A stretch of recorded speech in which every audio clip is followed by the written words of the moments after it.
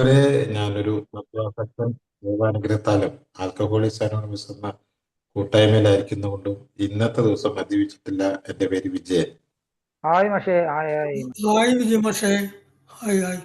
Hi hi. വളരെ സുഖമായിട്ടും സന്തോഷമായിട്ടും പോകുന്നു. ഒരു ഓണക്കാലം കൂടി എത്തി. എല്ലാവരും ഓണത്തിന്റെ ഒരുക്കങ്ങളും തിരക്കുകളും ഒക്കെ ആയിരിക്കും.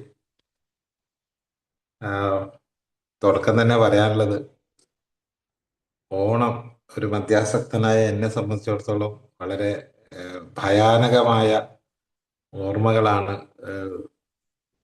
സമ്മാനിച്ചുകൊണ്ടിരുന്നത്. ഏതായാലും 23-ാമത്തെ ഓണമാണ്, മദ്യരഹിതമായ 23-ാമത്തെ ഓണമാണ് വരാൻ പോകുന്നത്. ആദ്യത്തെ ഓണം കടക്കൂല എന്ന് ആയിരുന്നു എൻ്റെ കൂടെ ഉണ്ടായിരുന്നവരൊക്കെ വിധി എഴുതിയത്. ജൂലൈ 9-ന് കൂടി നിർത്തിയിട്ട് ആദ്യത്തെ ഓണം കടക്കൂല എന്ന് ഉറപ്പിച്ചിരുന്നു. ഏതായാലും ദൈവം സഹായിച്ചപ്പോൾ 22 ഓണം കടന്നു കിട്ടി. 23-ാമത്തെ ഓണവും കടക്കട്ടെ എന്ന് ദൈവത്തിനോട് പ്രാർത്ഥിച്ചുകൊണ്ട് നിങ്ങൾക്ക് എല്ലാവർക്കും ഓണത്തിന്റെ ആശംസകൾ നേർന്നുകൊണ്ട് നമുക്ക് ആരംഭിക്കാം. ഇന്ന് എന്നോട് ഷിബു വിളിച്ചു പറഞ്ഞ ഒരു വിഷയം അവതരിപ്പിക്കണം എന്ന് പറഞ്ഞു. ഇപ്പൊ എന്താ വിഷയം എന്ന് ചോദിച്ചപ്പോൾ ഞാൻ കഴിഞ്ഞ ദിവസം ഇവിടെ ഒരു ഗ്രൂപ്പിന്റെ വാർഷികത്തിന് ഞാൻ പോയി അവതരിപ്പിച്ച ഒരു വിഷയം ആയിക്കോട്ടെ എന്ന് പറഞ്ഞു. അത് വിഷയം ഇതാണ്: നമ്മുടെ നിത്യജീവിതത്തില് നമ്മൾ പെരുമാറുന്ന സമയത്ത് യഥാർത്ഥത്തിലുള്ള ഒരു സന്തോഷം കിട്ടുന്നില്ല. പല ഘടകങ്ങളും അതിൻ്റെ അകത്തുണ്ട്. കാര്യം കുടിയൊക്കെ നിർത്തി അത്യാവശ്യം സാമ്പത്തികമൊക്കെ ആയി വരുന്ന ആൾക്കാർക്കും കുടിയുടെ പ്രശ്നങ്ങളിൽ നിന്നൊക്കെ മാറി നിന്ന് നോക്കിയപ്പോഴും വീടുകളിൽ അകത്ത് യഥാർത്ഥ സന്തോഷം വരുന്നില്ല. സന്തോഷം ഉണ്ടാവാൻ വേണ്ടിയിട്ട് ഗ്രൂപ്പ് മീറ്റിങ്ങിൽ കയറുക. അപ്പോൾ ഗ്രൂപ്പ് മീറ്റിംഗ് കയറുമ്പോൾ നല്ല സന്തോഷമുണ്ട്. അത് കഴിഞ്ഞിട്ട് വീണ്ടും ഈ വീട്ടിലേക്ക് തന്നെയാണ് എത്തുന്നത്. അപ്പൊ അവിടെ എന്തുകൊണ്ടാണ് നമുക്ക് പല ആൾക്കാരും എന്നോട് തന്നെ വിളിച്ച് ചോദിക്കുന്നു, എന്താണ് മാഷെ ഈ വീടിന്റെ അകത്ത് ഒരു സന്തോഷം ലഭിക്കാൻ എന്താണ് ചെയ്യാം? വിട്ടുകൊടുക്കാനൊക്കെ പറഞ്ഞു. ഞാൻ പലതും വിട്ടുകൊടുക്കുന്നുണ്ട്. പക്ഷെ ഇവരൊന്നും ചെയ്യുന്നതും പെരുമാറുന്നതും ഒന്നും എനിക്ക് തീരെ അങ്ങോട്ട് യോജിക്കാൻ കഴിയുന്നില്ല.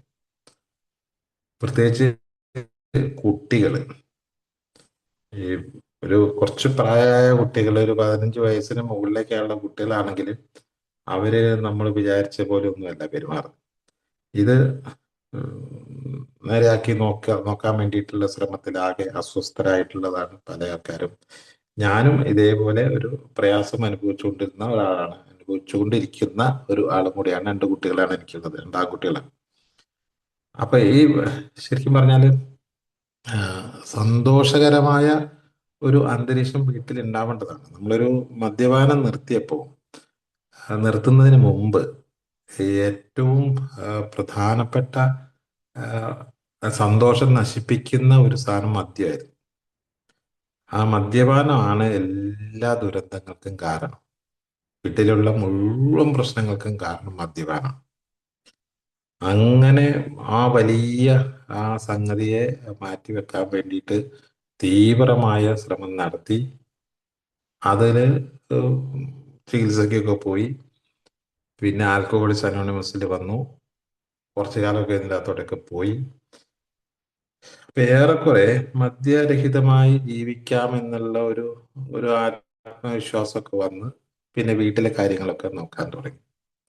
അങ്ങനെ ആദ്യ കുറെ കാലത്തേക്ക് ഈ കള്ളൂടി നിർത്തി എന്നുള്ളതിന്റെ പേരില് ഒരു സന്തോഷം ഉണ്ടായിരുന്നു. പക്ഷെ കുറച്ചും കൂടി കഴിഞ്ഞപ്പോ ആ കാലത്ത് കള്ളൂടിന്റെ നിർത്തുന്ന കാലത്ത് ഒരുപാട് സാമ്പത്തിക പ്രശ്നങ്ങളുണ്ട്, മറ്റ് ബന്ധങ്ങളുടെ പ്രശ്നങ്ങളുണ്ട്. ഇതൊക്കെ ഉണ്ടെങ്കിൽ പോലും എല്ലാവരും അത് സപ്പോർട്ട് ചെയ്ത് സഹായിച്ച് അതായത് ഞാൻ സഹായിക്കാൻ കാരണം ഇയാൾ ഇനി മദ്യപിക്കാൻ പോകാതിരിക്കാൻ വേണ്ടിയിട്ടുള്ള സഹായമൊക്കെ നടത്തി. അങ്ങനെ അങ്ങനെ അങ്ങനെ പോയി ഇയാളിനി മദ്യപിക്കില്ല എന്ന ഒരു തോന്നൽ വന്നതോടുകൂടി ഈ ആദ്യ കാലത്ത് സപ്പോർട്ട് ചെയ്തവരുടെ സപ്പോർട്ടൊക്കെ മെല്ലെ പിൻവലിച്ചു. കാരണം ഇയാൾ മദ്യപിക്കുക എന്നുള്ളതിനാണല്ലോ സപ്പോർട്ട്. അത് കഴിഞ്ഞ് പിന്നെ ആ, വീട്ടിലേക്ക് വന്നു കഴിഞ്ഞപ്പോൾ അവിടെ ഞാനും എൻ്റെ ഭാര്യയും രണ്ട് മക്കളുമാണ്. ഇപ്പൊ ഇവിടെയാണ് രാവിലെ മുതൽ വൈകുന്നേരം വരെ പല ദിവസങ്ങളിലും ചെലവഴിക്കുന്നത്. അപ്പൊ അവിടെ ഉണ്ടാകുന്ന ഈ ചെറിയ ചെറിയ അസ്വസ്ഥതകൾ, ചെറിയ തർക്കങ്ങളും വഴക്കുകളും ഒക്കെ ആയി മാറി ഒരു സ്വസ്ഥത നഷ്ടപ്പെടുന്ന അവസ്ഥയിലേക്ക് എത്തുന്നുണ്ട്. ഏഹ് പലപ്പോഴും എൻ്റെ വീട്ടില്, പലപ്പോഴും പല ഏക്കാരുടെ വീട്ടിലൊക്കെ എത്തുന്നുണ്ട്. എങ്ങനെയാണ് ഇതിൽ നിന്നും ഒരു മോചനം ലഭിക്കുക എന്നുള്ളത്? മോചനം ലഭിച്ചാൽ മാത്രം പോരാ. നമ്മൾ എയില് ഷെയർ ചെയ്യുമ്പോൾ ഫസ്റ്റില് പറയുന്ന ഒരു ഡയലോഗാണ് സുഖമാണ് സന്തോഷമാണ്. അത് യഥാർത്ഥത്തിൽ എ മീറ്റിംഗ് ചെല്ലുമ്പോൾ ഒക്കെയാണ്. അവിടെ നല്ല സുഖമാണ്, അവിടെ ചെല്ലുമ്പോൾ നല്ല സന്തോഷമാണ്. പക്ഷെ അത് കഴിഞ്ഞ് വീട്ടിലേക്ക് വരുമ്പോൾ ഇതേ ഞാൻ തന്നെയാണ് വരുന്നതെങ്കിൽ പോലും ആ പറഞ്ഞ സുഖവും സന്തോഷവും ഇവിടെ കിട്ടണില്ല.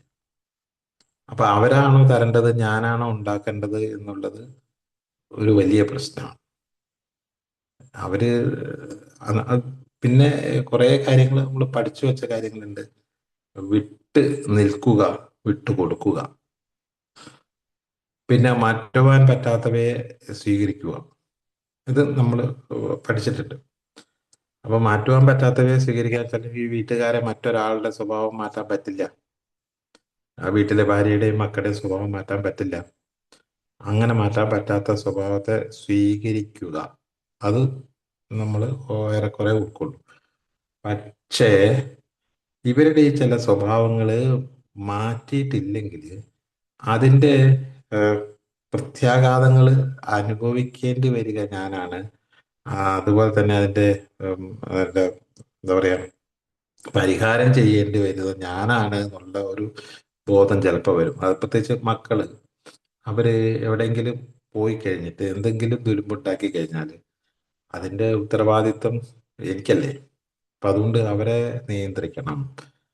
അതുപോലെ ഭാര്യയുടെ എന്താ പറയാ, എന്തെങ്കിലും സാധനം വാങ്ങാനോ അല്ല എന്താ പറയാ അങ്ങനെ എന്തെങ്കിലുമൊക്കെ ഒരു ഭയങ്കര ചെലവിന്റെ കാര്യമൊക്കെ അവർ ആവശ്യപ്പെട്ട് കഴിഞ്ഞാൽ അത് അവരുടെ സ്വഭാവമാണ് എന്നും പറഞ്ഞിട്ട് അതിന് മാറ്റാൻ പറ്റാത്തതാണ്, അതിന് അതേപടി സ്വീകരിക്കാനും പറ്റില്ല, അതിനെ എതിർക്കേണ്ടതായിട്ട് വരും ചിലപ്പോൾ. അതേപോലെ വളരെ പ്രധാനപ്പെട്ട ചില കാര്യങ്ങൾ പോയിട്ട് പറയുമ്പോൾ ശ്രദ്ധിക്കാതെ ഇരിക്കുന്നത് ഭാര്യയെയും കാണാം. അതേപോലെ നമ്മൾക്ക് ഒരു മൂഡ് ഓഫ് ആയിരിക്കുന്ന സമയത്ത് വന്നിട്ട് വലിയ വലിയ കാര്യങ്ങൾ പറയുന്നതും കേൾക്കാം. അപ്പോഴും നമുക്ക് ദേഷ്യം വരും. അങ്ങനെ ഒരു ഒരു അസ്വസ്ഥതയിലേക്ക് പോവാൻ വലിയ കാര്യങ്ങളൊന്നും വേണ്ട. നേരത്തെ ഉണ്ടായിരുന്ന അസ്വസ്ഥത എന്ന് പറഞ്ഞാൽ വലിയ കാര്യമായ മദ്യപാനമായിരുന്നുവെങ്കിൽ പിന്നീട് വന്നപ്പോൾ വലിയ കാര്യങ്ങളല്ല അസ്വസ്ഥതയിലേക്ക് പോകുന്നത്, കൊച്ചു കൊച്ചു കാര്യങ്ങളാണ്.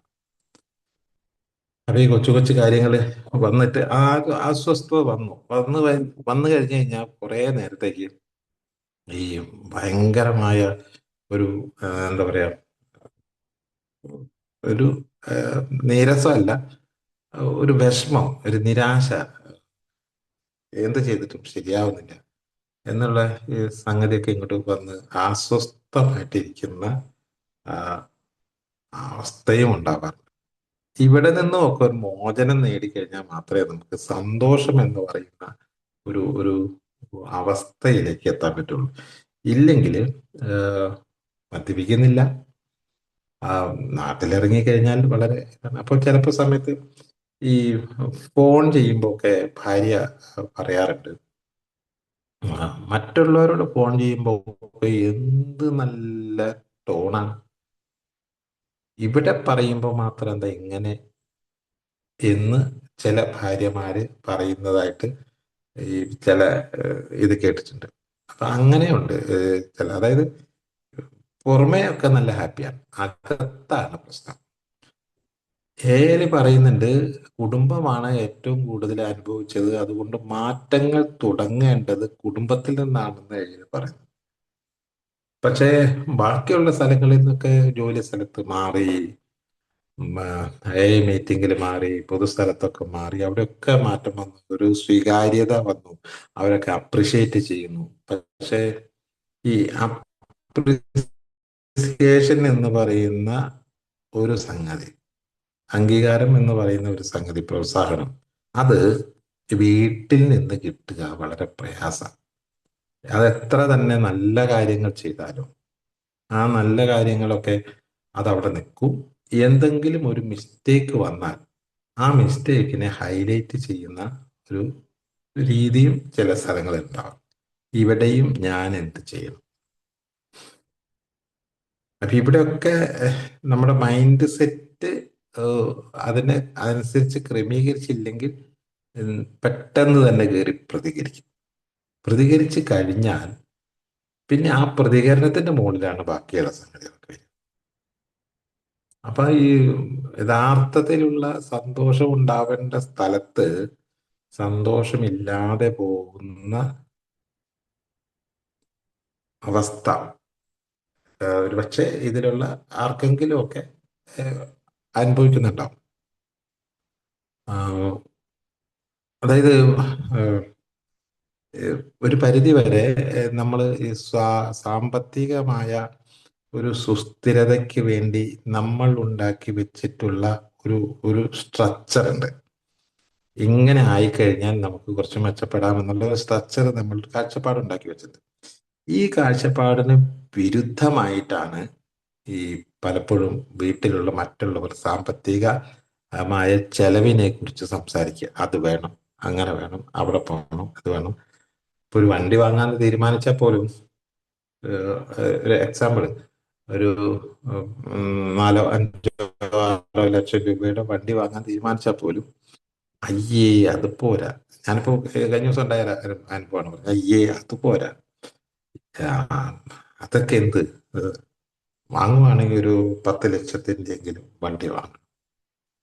ഈ 5 ലക്ഷത്തിന്റെ വണ്ടി വാങ്ങാൻ എങ്ങനെയാ വാങ്ങാന്ന് വിചാരിച്ച അന്തം വിട്ട് അവസാനം ചെറുതാണെങ്കിലും ഒരെണ്ണം വാങ്ങാമെന്ന് തീരുമാനിച്ച് നിൽക്കുന്ന സമയത്താണ് അത് പോരാ. അതിന്റെ അപ്പൊ ഡിമാൻഡുകൾ വീട്ടിൽ നിന്ന് കൂടിക്കൂടി വരും. നമ്മൾ അത് മദ്യപാന കാലത്ത് ഇവർക്ക് നഷ്ടപ്പെട്ടു പോയ കുറെ സംഗതികളെല്ലാം കൂടെ ഒന്നിച്ച് കിട്ടാൻ വേണ്ടിയിട്ടുള്ള ഒരു ശ്രമമാണ് നടത്തുന്നത്. അതില് ഈ ഇപ്പോഴുള്ള നമ്മളുടെ അവസ്ഥയും ഇപ്പോഴുള്ള സാമ്പത്തിക അവസ്ഥയും ഇപ്പോഴുള്ള നമ്മളുടെ മാനസിക അവസ്ഥയും ശാരീരിക അവസ്ഥയും ഇതൊന്നും പരിഗണിക്കാതെ നമ്മളോട് സംസാരിക്കുന്ന വീട്ടുകാരുള്ള വീടുകളുണ്ട്. അപ്പോ ശരിക്കും അസ്വസ്ഥത ഉണ്ടാവും. ഇവിടെ നമുക്ക് ചെയ്യാൻ പറ്റുന്ന കാര്യങ്ങൾ എന്തൊക്കെയാന്നുള്ളതാണ് നമ്മൾ ഒന്ന് നോക്കേണ്ടത്. ഒന്നാമത്തത് ചെയ്യേണ്ടത് ഈ ഇത്തരം സംഗതികൾ വീടുകളിൽ ഉണ്ടാകും. അതായത് എന്ന് വിചാരിക്കണം. അതായത് എല്ലാവരും ഈ പുറമേ നിന്ന് എന്നെ അപ്രിഷിയേറ്റ് ചെയ്യുന്നത് പോലെ ഒരു അപ്രിസിയേഷൻ ഈ വീട്ടിൽ നിന്ന് കിട്ടണമെങ്കിൽ അത് കുറെ കഴിയും. നമ്മളിപ്പോ ഒരു ഇല്ലാത്ത ഒരു സംഗതി വാങ്ങിക്കൊണ്ട് കൊടുത്തു കഴിഞ്ഞാൽ നല്ലത് കേൾക്കുമെന്നല്ലേ വിചാരിക്കുന്നത്. മിക്കവാറും അത് കേൾക്കില്ല. എന്താ ഇത് വാങ്ങിയെന്നൊരു ചോദ്യമാണ് ചിലപ്പോൾ ചോദിക്കുക. ആ രീതിയിലുള്ള നെഗറ്റീവ് ഡയലോഗുകൾ വരാനുള്ള സാധ്യത കൂടുതലാണ്. കാരണം അവർ പ്രതീക്ഷിച്ചതിന്റെ അത്ര ആയിട്ടില്ല. എന്നാൽ നമ്മൾ നമ്മുടെ കഴിവിന്റെ പരമാവധിയാണ് ചെയ്തിരിക്കുന്നത്. അപ്പൊ അവിടെ ഈ പറഞ്ഞ നമ്മുടെ വീട്ടിലുള്ള അംഗങ്ങളുടെ അടുത്ത് ഇങ്ങനത്തെ ഒരു സംഗതി അല്ല കിട്ടുക എന്നും അവരുടെ അംഗീകാരം കിട്ടാൻ ഇനിയും ഒരുപാട് കഴിയണം എന്നും വിചാരിക്കണം. മറ്റുള്ള സ്ഥലങ്ങളിൽ നിന്നൊക്കെ എനിക്ക് ഇത് കിട്ടുന്നുണ്ടല്ലോ, എന്താ എന്താ ഇവിടെ നിന്ന് നിങ്ങൾക്ക് മാത്രം എന്താണെന്ന് മനസ്സിലാവാത്തത് എന്ന ഒരു ചോദ്യം നമ്മുടെ ഉള്ളിൽ നിന്ന് വന്നാൽ നമ്മൾ അസ്വസ്ഥനാണ്. എന്റെ കുടി കൊണ്ട് ഈ പറഞ്ഞ ഈ പുറമേ നിന്ന് അപ്രിഷിയേറ്റ് ചെയ്യുന്ന ആൾക്കാർക്ക് എന്റെ കുടി കൊണ്ട് ഒരു പ്രശ്നം ഉണ്ടായിട്ടില്ല. എന്റെ കുടി കൊണ്ട് പ്രശ്നം ഉണ്ടായിട്ടുള്ള ആൾക്കാർ ഇതിന്റെ അകത്താണ്. അതുകൊണ്ട് ഏറ്റവും കൂടുതൽ കഷ്ടപ്പെട്ടത് ഇവരാണ്. അതുകൊണ്ട് തന്നെ അവരുടെ ആം, ഈ പറഞ്ഞ ആ, എന്താ പറയുക, അംഗീകാരം സാധനങ്ങൾ കിട്ടാനും ഏറ്റവും കൂടുതൽ പ്രയാസമുണ്ടാകും എന്നാണ് ആ, മനസ്സിലാക്കേണ്ട ഒരു ഒരു കാര്യം. പിന്നെ ചിലപ്പോഴൊക്കെ ഈ സന്തോഷമുണ്ടാക്കുന്ന ചില ഘടകങ്ങളെ നമ്മൾ അവഗണിച്ചു പോകും എന്നുള്ളതാണ് മറ്റൊരു സംഗതി. അതായത് സന്തോഷം ഉണ്ടാക്കണമെങ്കിൽ എന്തൊക്കെ വേണം? കൂടിയിരിക്കണം. ഒന്നിച്ച് ഇരിക്കലാണ് ഒരു സംഗതി. ഒന്നിച്ച് ഇരുന്ന് എന്തിനെ കുറിച്ചാണ് പറയുക? ആൾക്കാരെ കുറിച്ച് പറയണോ, അതോ സംഭവങ്ങളെ കുറിച്ച് പറയണോ, അതോ ആശയങ്ങളെ കുറിച്ച് പറയണോ? മിക്കവാറും പറയുക ആൾക്കാരെ കുറിച്ചായിരിക്കും. ഈ ആൾക്കാരെ കുറിച്ച് പറയാൻ പോയി കഴിഞ്ഞു കഴിഞ്ഞാൽ അത് ഒരു നെഗറ്റീവിലാണ് എത്തിച്ചേരുക. തുടക്കമൊക്കെ വലിയ കുഴപ്പമുണ്ടാവില്ല. അത് വന്ന് വന്ന് വന്ന് വന്ന് അവസാനം എത്തിച്ചേരുക ഒരു ഉടക്കിലായിരിക്കും. അതുകൊണ്ട് ആൾക്കാരെ കുറിച്ച് ചർച്ച ചെയ്യുമ്പോൾ ശ്രദ്ധിക്കേണ്ടത്, ഞാൻ മനസ്സിലാക്കിയത്, അധികം നേരം നീളാൻ പാടില്ല. വളരെ ഒന്നോ രണ്ടോ മൂന്നോ ഡയലോഗ് കഴിഞ്ഞാൽ ഈ മറ്റുള്ള ആൾക്കാരെ കുറിച്ചുള്ള ചർച്ച ഏതെങ്കിലും വന്നു കഴിഞ്ഞാൽ അത് വേഗം തന്നെ അവസാനിപ്പിക്കണം. അത് വീണ്ടും പിടിച്ചു നീട്ടിക്കഴിഞ്ഞാൽ അയാളുടെ പഴയ ചരിത്രങ്ങളൊക്കെ എടുത്ത്, അല്ലെങ്കിൽ അയാളുടെ ഏതെങ്കിലും നെഗറ്റീവുകളൊക്കെ എടുത്ത് പറയാനുള്ള സാധ്യതയുണ്ട്. പിന്നെ ഒരു കാര്യം പറയേണ്ടത്, എന്താണ് പറയുക, തമാശ പറയണോ, അല്ലെങ്കിൽ യാത്ര പോയ കാര്യങ്ങൾ പറയണോ? വിഷയങ്ങളാണ് പിന്നൊരു പ്രശ്നം. എന്ത് വിഷയത്തെക്കുറിച്ചാണ് സംസാരിക്കുക? അപ്പൊ അത് കുടുംബത്തിന്റെ നമ്മുടെ ഈ പുരോഗതിയെക്കുറിച്ചും ആൽക്കഹോളിക്സ് അനോണിമസിനെ കുറിച്ചും ഇപ്പൊ നമുക്കുണ്ടായിട്ടുള്ള പുരോഗതിയെക്കുറിച്ചും നമ്മൾ എത്തിച്ചേരാൻ ഉദ്ദേശിക്കുന്ന ലെവലിനെ കുറിച്ചും ഒക്കെ സംസാരിക്കാം. പിന്നെ മറ്റൊന്നുള്ളത്, ആനുകാലിക സംഭവങ്ങളെ കുറിച്ച് സംസാരിക്കാം. പത്രവാർത്തകളെ കുറിച്ച് പറയാം, ടി വിയിൽ കണ്ട ന്യൂസുകളെ കുറിച്ച് പറയാം. ഈ അതൊക്കെ ചിലപ്പോൾ മറ്റേ ആൾക്ക് ഇത് തീരെ ഇഷ്ടമില്ലാത്ത കാര്യമാണെങ്കിൽ അത് ചർച്ച നടക്കില്ല. പിന്നെ എന്താ പറയാ, മക്കളുടെ വിദ്യാഭ്യാസത്തെ കുറിച്ച്, ഭാവി കാര്യങ്ങളെ കുറിച്ചൊക്കെ, അതുപോലെ തന്നെ സാമ്പത്തിക സ്ഥിതിയെ കുറിച്ചും ഒക്കെ പറയാം. അങ്ങനെ ഏതെങ്കിലുമൊക്കെ ഒരു വിഷയം എടുത്തു വെച്ച് ആ വിഷയത്തെക്കുറിച്ച് കുറച്ചു നേരം സംസാരിക്കാൻ നിന്ന് കിട്ടുകയാണെങ്കിൽ അതൊരു നല്ല കാര്യമാണ്. പലപ്പോഴും അതിനുള്ള സമയം ഉണ്ടാവില്ല. ഇനി അങ്ങനെയുള്ള കാര്യം സംസാരിക്കണമെങ്കിൽ ഉണ്ടാവുന്ന ഒരു തടസ്സം എന്ന് പറയുന്നത് കേൾക്കാൻ തയ്യാറാവുന്നില്ല എന്നുള്ളതാണ് ഏറ്റവും വലിയൊരു പ്രശ്നമായിട്ട് എനിക്ക് തോന്നിയിട്ടുള്ളത്. ഈ കേൾക്കാൻ തയ്യാറല്ലാത്ത, അതായത് നമുക്ക് പറയാൻ തോന്നുമ്പോൾ മറ്റേ ആൾ കേൾക്കാൻ തയ്യാറില്ല. ഇനി മറ്റേ ആൾ കേൾക്കാൻ തയ്യാറുള്ളപ്പോൾ ഞാൻ പറയാനുള്ള മൂഡിലുമല്ല. നമുക്ക് ഏതെങ്കിലും ഒരു കാര്യം പറയാൻ വേണ്ടി ഒരു മൂഡ് വരണം. ഈ മൂഡ് വരുമ്പോൾ മറ്റേ ആൾ റെഡി അല്ലാത്ത അവസ്ഥയൊക്കെ ഉണ്ടാവും. അപ്പൊ ചിലപ്പം പറയുമ്പോൾ അത് ശ്രദ്ധിക്കാതിരിക്കും. അപ്പൊ ശ്രദ്ധിക്കാതിരിക്കുമ്പോഴത്തേക്ക് ദേഷ്യം വരും. ഇനി നമുക്കിത് പറയാൻ പറ്റാത്ത സമയത്ത് വന്നിട്ട് ഓരോരോ കാര്യങ്ങൾ അത് ഇത് എന്ന് പറഞ്ഞിട്ട് പറയാൻ വരുമ്പോൾ മിണ്ടാണ്ടിരിക്കുക, അല്ലെ തന്നെ മനുഷ്യൻ സ്വസ്ഥമില്ലാതിരിക്കുന്ന സമയത്തായി ഇങ്ങനത്തെ കാര്യങ്ങൾ പറഞ്ഞത്, അത് പിന്നീട് പറയാമെന്ന് പറഞ്ഞിട്ട് ചിലപ്പോൾ അത് മാറ്റി വെക്കും. അപ്പൊ ഇങ്ങനെ രണ്ട് ഘടകങ്ങളാണ്, ഒന്ന് അസ്വസ്ഥത ഉണ്ടാക്കുന്ന ഘടകങ്ങള്, ഈ പറയുന്ന കാര്യങ്ങൾ കേൾക്കാൻ പറ്റുന്ന, പറയുന്ന ആൾക്ക് പറയാനും കേൾക്കുന്ന ആൾക്ക് കേൾക്കാനും പറ്റുന്ന സമയമെടുത്തല്ലാതെ പറഞ്ഞാൽ ഈ പറഞ്ഞ സംഗതി ഗുണത്തെക്കാളേറെ ദോഷമാണ് ചെയ്യുക. നീ ഫ്രീ ആയോ? ഒരു കാര്യം നമുക്കൊന്ന് സംസാരിച്ചാലോ എന്ന് ഒരു ഇൻട്രൊഡക്ഷൻ കൊടുത്തിട്ട് റെഡിയാണ് എന്നുണ്ടെങ്കിലാണ് ശരിക്കും പറയാൻ പാടും. അതല്ലാതെ എനിക്ക് പറയാൻ ഇപ്പൊ തോന്നി വന്നപ്പോഴത്തേക്ക് ഓടി പോയിട്ട് പറയാണ്, ചിലപ്പോൾ അവിടെ അടുക്കളയിൽ എന്തോ തിരക്കിട്ട പണി, ഒരു സാധനം കാണാതെ പോയതോ അല്ലെങ്കിൽ അങ്ങനെ എന്തെങ്കിലും ഒരു തിരക്കിട്ട പണീന്റെ ഇടയ്ക്കാണ് ചിലപ്പോൾ നമുക്കിത് പറയാൻ തോന്നിയിട്ടില്ലെങ്കിൽ നമ്മളൊന്ന് പറയുകയും ചെയ്യും. അവരൊട്ട് ശ്രദ്ധിക്കുകയില്ല. കുറച്ചു നേരം കഴിഞ്ഞപ്പോൾ ചോദിക്കും, നിങ്ങൾ എന്തായാലും നേരത്തെ പറഞ്ഞതെന്ന് ചോദിച്ചു കഴിഞ്ഞപ്പോൾ ദേഷ്യം വരും. എൻ്റെ ഒരു അനുഭവമാണ്. അതുകൊണ്ട് ഞാനിപ്പോ ചെയ്യുന്ന കാര്യം, പോയിട്ട് നീ ഫ്രീ ആയോ, നമുക്ക് സംസാരിച്ചു. അപ്പൊ അങ്ങനെ സംസാരിക്കുമ്പോൾ ഗൗരവമായ കാര്യമാണെന്ന് ചിലപ്പോൾ അവർ വിചാരിക്കാൻ സാധ്യത. ഒന്ന് രണ്ട് തവണ ഇത് കഴിഞ്ഞു കഴിയുമ്പോൾ മനസ്സിലാവും ഇത് ഗൗരവമായിട്ടുള്ള കാര്യങ്ങൾ മാത്രമല്ല, ആഹ്, എന്താ പറയുക, തമാശയായിട്ടുള്ള കാര്യമാണ് പോലും പറയണമെങ്കിൽ അതിൻ്റെ ഒരു സമയം വളരെ പ്രധാനപ്പെട്ടതാണ്. പറയാൻ പറ്റുന്ന സമയത്ത് പറയാം. അതെ, അതേപോലെ ഇങ്ങോട്ട് പറയണ സമയത്ത് അഹ് അത് കേൾക്കുന്നതിന് മുൻവിധിയോട് കൂടിയുള്ള മറുപടി ഒഴിവാക്കി, അതായത് പറയാൻ പോകുമ്പോഴേക്കും തുടങ്ങുമ്പോഴേക്കും മനസ്സിലാവും എന്താ പറയാൻ പോണെന്ന്. സത്യമായിട്ട് ചിലപ്പോൾ കുറെ മനസ്സിലാക്കി വെച്ചിട്ടുണ്ടാവും. പക്ഷെ അപ്പൊ തന്നെ മറുപടി പറയുകയാണ് എങ്കിൽ അത് സംസാരം അവിടെ നിന്നു പോകും. അപ്പൊ എന്താണ് പറയണതെന്ന് പറയുന്ന ഫുള്ള് കേൾക്കാനായിട്ട് ഇരിക്കുക എന്നുള്ളത് അല്പം പണിയാണെങ്കിൽ പോലും അത് ഒന്ന് ഇരുന്ന് കേട്ടതിന് ശേഷം പറയുകയാണ് എങ്കിൽ ആ പറഞ്ഞ ആൾക്കെങ്കിലും ഒരു സമാധാനം ഉണ്ടാവും. കേട്ട നമുക്ക് സമാധാനം ഉണ്ടായില്ല. മറ്റേ ആൾക്ക് സമാധാനം ഉണ്ടായാൽ മാത്രമേ എനിക്ക് അവിടെ സമാധാനം കിട്ടുള്ളൂ. എനിക്ക് സമാധാനം ഉണ്ടാക്കാൻ നോക്കിക്കഴിഞ്ഞാൽ ടോട്ടലി സമാധാന കേടാണ് ഉണ്ടാവുക. അപ്പൊ അതുകൊണ്ട് മറ്റേ ആള് പറയുന്നത് കേൾക്കുക എന്ന് പറയുന്നത് നമുക്ക് സമാധാനം ഇല്ലെങ്കിൽ പോലും അയാൾക്ക് സമാധാനം ഉണ്ടാവും, നമുക്കൊരു സമാധാനം ഉണ്ടാവും. ഒരു ചെറിയ ടെക്നിക്കാണ് അത്. പിന്നെ ഒരു വലിയ സംഗതി പറയുന്നത് ഇമോഷൻസ്, വികാരങ്ങളൊക്കെ ഈ എല്ലാ സമയത്തും ഒരേ മൂഡായിരിക്കില്ല. അത് നമ്മളൊരു ദിവസം തന്നെ എടുത്ത് നോക്കിക്കഴിഞ്ഞാൽ രാവിലെ മുതൽ വൈകുന്നേരം വരെ പല മൂഡായിരിക്കും.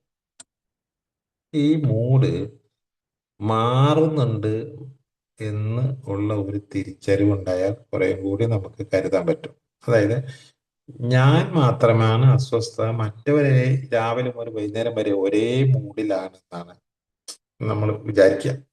പക്ഷെ അവരും ഇതേപോലെ തന്നെ, അതായത് ചിലപ്പോൾ ഇങ്ങനെ ആലോചിച്ച് സങ്കടത്തിലിരിക്കുകയായിരിക്കും, അതല്ലെങ്കിൽ ആരുടെങ്കിലും ആലോചിച്ച് ദേഷ്യത്തിലിരിക്കുകയായിരിക്കും, അല്ലെങ്കിൽ നിരാശയിലിരിക്കുകയായിരിക്കും, അതല്ലെങ്കിൽ ഏതെങ്കിലും ഓർത്ത് അന്തം വിട്ട് ഭയപ്പെട്ടിരിക്കുകയായിരിക്കും, ടെൻഷൻ ഉണ്ടാവും, അല്ലെങ്കിൽ തീരുമാനം എടുക്കാൻ പറ്റാതിരിക്കുന്ന ഏതെങ്കിലും കാര്യത്തെക്കുറിച്ച് ആലോചിച്ചുകൊണ്ടിരിക്കുകയായിരിക്കും. ഇങ്ങനെ പലതരം ഇമോഷൻസിലായിരിക്കും എല്ലാവരും ഇരിക്കുന്നത്. ഞാനും അങ്ങനെയാണ് ഇരിക്കുക. കാരണം വെറുതെ നമ്മൾ ഇരിക്കുകയല്ലല്ലോ, ഒരു എന്തെങ്കിലും ഇങ്ങനെ ആലോചിച്ചോണ്ടിരിക്കുമ്പോൾ ഏതെങ്കിലും ചിലപ്പോൾ സീരിയസ് കാര്യമായിരിക്കും. അപ്പോൾ പെട്ടെന്ന് വന്നിട്ടൊരു തമാശ പറഞ്ഞാൽ അത് ദഹിക്കുകയില്ല. അപ്പോ ഈ ഇമോഷൻസിനെ പരിഗണിക്കണമെങ്കിൽ എങ്ങനെ പരിഗണിക്കുന്നില്ല, അതും നല്ല പണിയാണ്. ആ ഇമോഷൻസിനെ പരിഗണിക്കാതെ സംസാരിക്കുമ്പോഴാണ് ഇനി ഞാൻ ഒരു കാര്യം പറയാൻ വരുന്നില്ല, എന്ത് പറഞ്ഞാലും ഈ കാരണം ഈ ചാടിക്കടിക്കുക അല്ലെങ്കിൽ എന്ന് പറയാ എന്ന് പറയേണ്ടി വരുന്നത് ഈ പറഞ്ഞ ഏതോ സന്ദർഭത്തിൽ പോയി പറഞ്ഞപ്പോൾ ഉണ്ടായ പ്രതികരണത്തിന്റെ ബാക്കിയായിരിക്കും. അപ്പൊ പറഞ്ഞ സമയം തെറ്റിപ്പോയി എന്നുള്ളതാണ്. എന്നിട്ട് ആളെ വിലയിരുത്തുക ചെയ്യുക. അവളങ്ങനെയാണ്, അവരങ്ങനെയാണ് എന്ന് പറഞ്ഞ് വിലയിരുത്തുക. ഇതേപോലെ എന്നെയും വിലയിരുത്തി വെച്ചിട്ടുണ്ട്. ഞാൻ എന്ത് പറഞ്ഞാലും ചൂടാവും, അല്ലെങ്കിൽ എന്ത് പറഞ്ഞാലും മൈൻഡ് ചെയ്യല എന്ന ഒരു സ്റ്റേറ്റ്മെന്റ് അവര് അടിവരയിട്ട് സൂക്ഷിച്ചു വെക്കാൻ കാരണം, ഞാൻ ഇതുപോലെ ഏതോ ഒരു ഇമോഷൻസിൽ നിൽക്കുമ്പോൾ ഇതിനു മുമ്പ് രണ്ടു പ്രാവശ്യം വന്ന് പറഞ്ഞ കാര്യത്തെ അവിടെ ഞാൻ എടുത്ത ആ പ്രതികരണമാണ് അവരെ അങ്ങനെ ഒരു വിലയിരുത്തലാക്കി വെച്ചിരിക്കുന്നത്. യഥാർത്ഥത്തിൽ ഇത് അങ്ങനെ ഒന്നുമല്ല. രണ്ടുപേരും മക്കളും എല്ലാവരും തന്നെ സ്വസ്ഥമായിരിക്കുന്ന സമയത്ത് നന്നായി സംസാരിക്കണമെന്ന ആഗ്രഹമുള്ളവരാണ്. പക്ഷെ ആ സ്വസ്ഥതയുള്ള സമയം എപ്പോഴാണ് കണ്ടുപിടിക്കാനാണ് പ്രയാസം. നമുക്ക് ഫ്രീ ഉള്ള സമയത്താണല്ലോ സംസാരിക്കാം. എനിക്ക് ഫ്രീ ഉള്ള സമയത്ത് മറ്റേ ആള് ഫ്രീ അല്ലാതെ ആയിരിക്കും. അപ്പൊ അതുകൊണ്ട് ഒരു പൊതു സമയം നിശ്ചയിക്കുകയാണെങ്കിൽ നല്ലതാണെന്നാണ് ഞാൻ മനസ്സിലാക്കിയത്. അതായത് രാത്രിയാണെങ്കിൽ ഇത്ര മണി മുതൽ ഇത്ര മണി വരെ ഊണ് കഴിക്കുന്ന സമയത്ത് അതിൻ്റെ ഇടയ്ക്ക് ഊണും കഴിക്കാം, ഫ്രീ ആവണം, എന്നിട്ട് ഇരുന്ന് സംസാരിക്കാം. നീ ഫ്രീ ആണോ? ഞാൻ ഫ്രീ ആണ്, എന്നാ കുറച്ച് ഇരിക്കാം എന്ന് പറഞ്ഞ് ഒന്ന് ഇരുന്ന് നോക്കിക്കഴിഞ്ഞാൽ അത് നല്ല വിജയമായിട്ട് എനിക്ക് ഫീൽ ചെയ്തിട്ടുണ്ട്. അത് കുറച്ച് നേരത്തെ പ്ലാൻ ചെയ്ത് എനിക്ക് എപ്പോഴാണ് ഫ്രീ ആവുക ഇപ്പോഴാണ്. അങ്ങനെ ഒരു ഒരു തുറന്ന ഒരു സംസാരം ഒരു അരമണിക്കൂർ നേരമെങ്കിലും കിട്ടിക്കഴിഞ്ഞാൽ ആക്ച്വലി അയാളുടെ സ്വഭാവം അല്ലെങ്കിൽ ആറ്റിറ്റ്യൂഡ് എന്താണ് എന്നുള്ളത് തിരിച്ചറിയാൻ പറ്റും. ഇല്ലെങ്കിൽ തിരിച്ചറിയുന്നത് മറ്റേ ആറ്റിറ്റ്യൂഡാണ്. അതായത് ഞാൻ നേരത്തെ പറഞ്ഞ ഈ കോപത്തിന്റെ അല്ലെങ്കിൽ അസ്വസ്ഥയുടെ ടെൻഷന്റെ ഫലമായിട്ടുണ്ടാവുന്ന ഒരു ആറ്റിറ്റ്യൂഡാണ് തിരിച്ചറിയുന്നത്. എന്നിട്ട് അത് വെച്ചിട്ടാണ് അയാളെ വിലയിരുത്തുകയും ചെയ്തത്. ഏതാ യഥാർത്ഥത്തിൽ അങ്ങനെയല്ല എന്നുള്ളത് പറഞ്ഞു. അപ്പൊ അതിന് ആദ്യം ശരിയാക്കേണ്ടത് അവരുടെ മനസ്സ് ശരിയാക്കാൻ പറ്റില്ല. പക്ഷെ അതിനെ ശരിയാവൂല എന്ന് പറഞ്ഞ് വിടാനും പറ്റൂല. ഒരു നല്ല ഡിസ്കഷൻ വെച്ചിട്ട് ചർച്ച വെച്ചിട്ട് ഈ വക കാര്യങ്ങളെ കുറിച്ചൊക്കെ, അതായത് സംസാരിക്കേണ്ട സമയം എന്തിനെ കുറിച്ച് സംസാരിക്കാം എന്നുള്ളതിനെ കുറിച്ചൊക്കെ ഒരു ധാരണ ഉണ്ടാക്കി വെക്കുകയാണെങ്കിൽ അത് നല്ലതാണെന്നാണ് എനിക്ക് മനസ്സിലായത്. അതിന് തയ്യാറുമാണ്. പക്ഷെ ഞാൻ നേരത്തെ പറഞ്ഞത് തയ്യാറില്ലാത്തതിന്റെ കാരണം അത് പറയാൻ പോയ സമയത്തിന്റെ ഒക്കെ ഒരു പ്രശ്നമാണ്. പിന്നെ മറ്റൊരു പ്രശ്നം നമ്മൾ ഫീൽ ചെയ്യുന്ന ഒരു സംഗതി നമ്മുടെ വെറുതെ ഇരിക്കുമ്പോഴാണ്. വെറുതെ വീട്ടില് വെറുതെ ഇരിക്കണം എന്നൊന്നുമില്ല. ചില കാര്യങ്ങളൊക്കെ ചെയ്യുന്ന സമയത്ത് നമുക്ക് ശ്രദ്ധ കോൺസെൻട്രേറ്റ് ചെയ്യണ്ടാത്ത കാര്യങ്ങളുണ്ട്. ഉദാഹരണം പറഞ്ഞാല് ഈ ബാത്റൂമിൽ പോവുക. ഈ ബാത്റൂമിൽ പോകുമ്പോൾ അവിടെ നമുക്ക് ശ്രദ്ധ പ്രത്യേകിച്ച് കോൺസെൻട്രേറ്റ് ചെയ്യേണ്ട കാര്യം.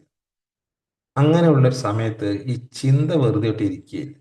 ചിന്ത ഇങ്ങനെ അലഞ്ഞു തിരിയും ലോകം മുഴുവനും ചുറ്റും. അത് ജനിച്ച അന്ന് മുതലുള്ള കാര്യത്തേക്ക് അത് വളരെ ഫാസ്റ്റായിട്ട് പോകും. മരിക്കുന്നത് വരെയുള്ള കാര്യത്തെക്കുറിച്ചും അത് ഇനി അങ്ങോട്ടുള്ള കാലത്തെക്കുറിച്ചും ഇതെല്ലാം വിത്തിൻ സെക്കൻഡ് ചേഞ്ച് ചെയ്ത് ഇങ്ങനെ പോകും. അതായത് മൈൻഡ് ശ്രദ്ധിക്കാതെ നമ്മൾ എന്തെങ്കിലും ചെയ്യുകയായിരിക്കും. ഞാൻ പറഞ്ഞ വെറുതെ ഇരിക്കണം എന്നില്ല എന്നാണ് പറഞ്ഞത്. എന്നാൽ വെറുതെ ഇരിക്കുമ്പോൾ ഇതേ സംഗതി ഉണ്ടാവുന്നത്.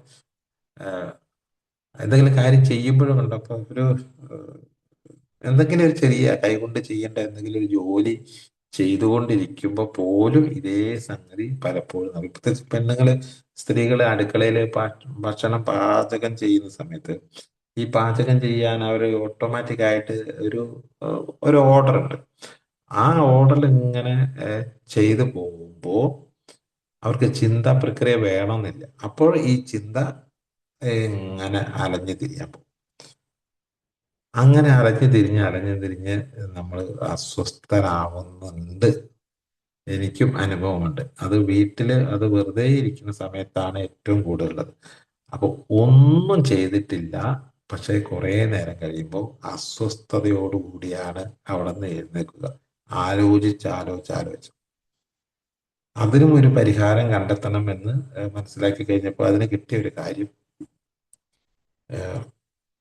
എന്താണോ ചെയ്യുന്നത് ബോധപൂർവം കഷ്ടപ്പെട്ടിട്ട് അതിൽ ശ്രദ്ധിക്കുക എന്നുള്ളതാണ്. അങ്ങനെ ശ്രദ്ധിക്കുകയാണെങ്കിൽ മാത്രമേ നമുക്ക് ആന്തരിക ശാന്തിയും സമാധാനവും കിട്ടൂ. അതിന് ഏറ്റവും പ്രധാനപ്പെട്ടത് ഏകാഗ്രതയാണ്. ഈ ഏകാഗ്രത വന്നു കഴിഞ്ഞാൽ ചെയ്യുന്ന പണി കാര്യക്ഷമമാവുകയും ഉള്ളൂ. അപ്പൊ അതിൽ വൃത്തിയോടുകൂടി പണി ചെയ്യുക, അതുപോലെ തന്നെ സ്വസ്ഥത ഉണ്ടാവുക, സമാധാനം ഉണ്ടാവുക, ഈ കാര്യങ്ങൾ ഉണ്ടാവണമെങ്കിൽ ചെയ്യുന്ന കാര്യങ്ങളിൽ ശ്രദ്ധ കൊടുക്കുക എന്നാണ്. ഇനി പലപ്പോഴും എനിക്ക് അനുഭവപ്പെട്ട ഒരു കാര്യം, ഈ വണ്ടി ഓടിച്ചു പോകുമ്പോൾ ഒക്കെ കുറെ കാലമായി ഒരേ റൂട്ടിൽ വണ്ടി ഓടിച്ചു പോകുന്നതുകൊണ്ട് റൂട്ടൊന്നും നോക്കട്ടില്ലല്ലോ. പിന്നെ വണ്ടി ഓടിക്കൽ എന്ന് പറയുന്നത് അത് ക്ലച്ചും ഗീറും ഒക്കെ തന്നെ അങ്ങോട്ട് മാറിക്കോളും. അതിന്റെ മുകളിൽ ശ്രദ്ധ കൊടുക്കേണ്ട കാര്യമില്ല. അങ്ങനെ ഒറ്റയ്ക്കാ പോകണമെങ്കിൽ എങ്ങനെ എന്ത് പോകും അങ്ങനെ ആലോചിച്ചിട്ട്, മറിച്ച് ബോധപൂർവം മനസ്സിനെ അലഞ്ഞു തിരിയാൻ വിടാതെ ഈ വണ്ടി ഓടിക്കുന്നതിന് ശ്രദ്ധിച്ച് ശ്രദ്ധിക്കുകയാണെങ്കിൽ രണ്ട് കാര്യമാണുള്ളത്. ഒന്ന്, നന്നായിട്ട് വണ്ടി ഓടിച്ചു പോവാം. പിന്നെ ഒന്നുള്ളത്, നമ്മുടെ സമാധാനം ഉണ്ടാവും, സ്വസ്ഥത ഉണ്ടാവും. അപ്പൊ ആരും വന്ന് കെടുത്തേണ്ട കാര്യമില്ല നമ്മുടെ സ്വസ്ഥത. അത് സ്വമേധയാ കെടുന്ന ഒരു പ്രക്രിയ ഉള്ളിലുണ്ട്. ആ അതിനെ നിയന്ത്രിച്ച് കൊണ്ടുവരാൻ നമ്മൾ വിചാരിച്ചാലേ നടക്കൂ. അത് വെറും വിചാരം പോരാ, നല്ല വിചാരം ഉണ്ടെങ്കിലേ നടക്കുള്ളൂ. പുറമേ നിന്നല്ല. യഥാർത്ഥ നമ്മുടെ സ്വസ്ഥതയുടെ ശത്രു നമ്മളുടെ അകത്ത് തന്നെയാണ്.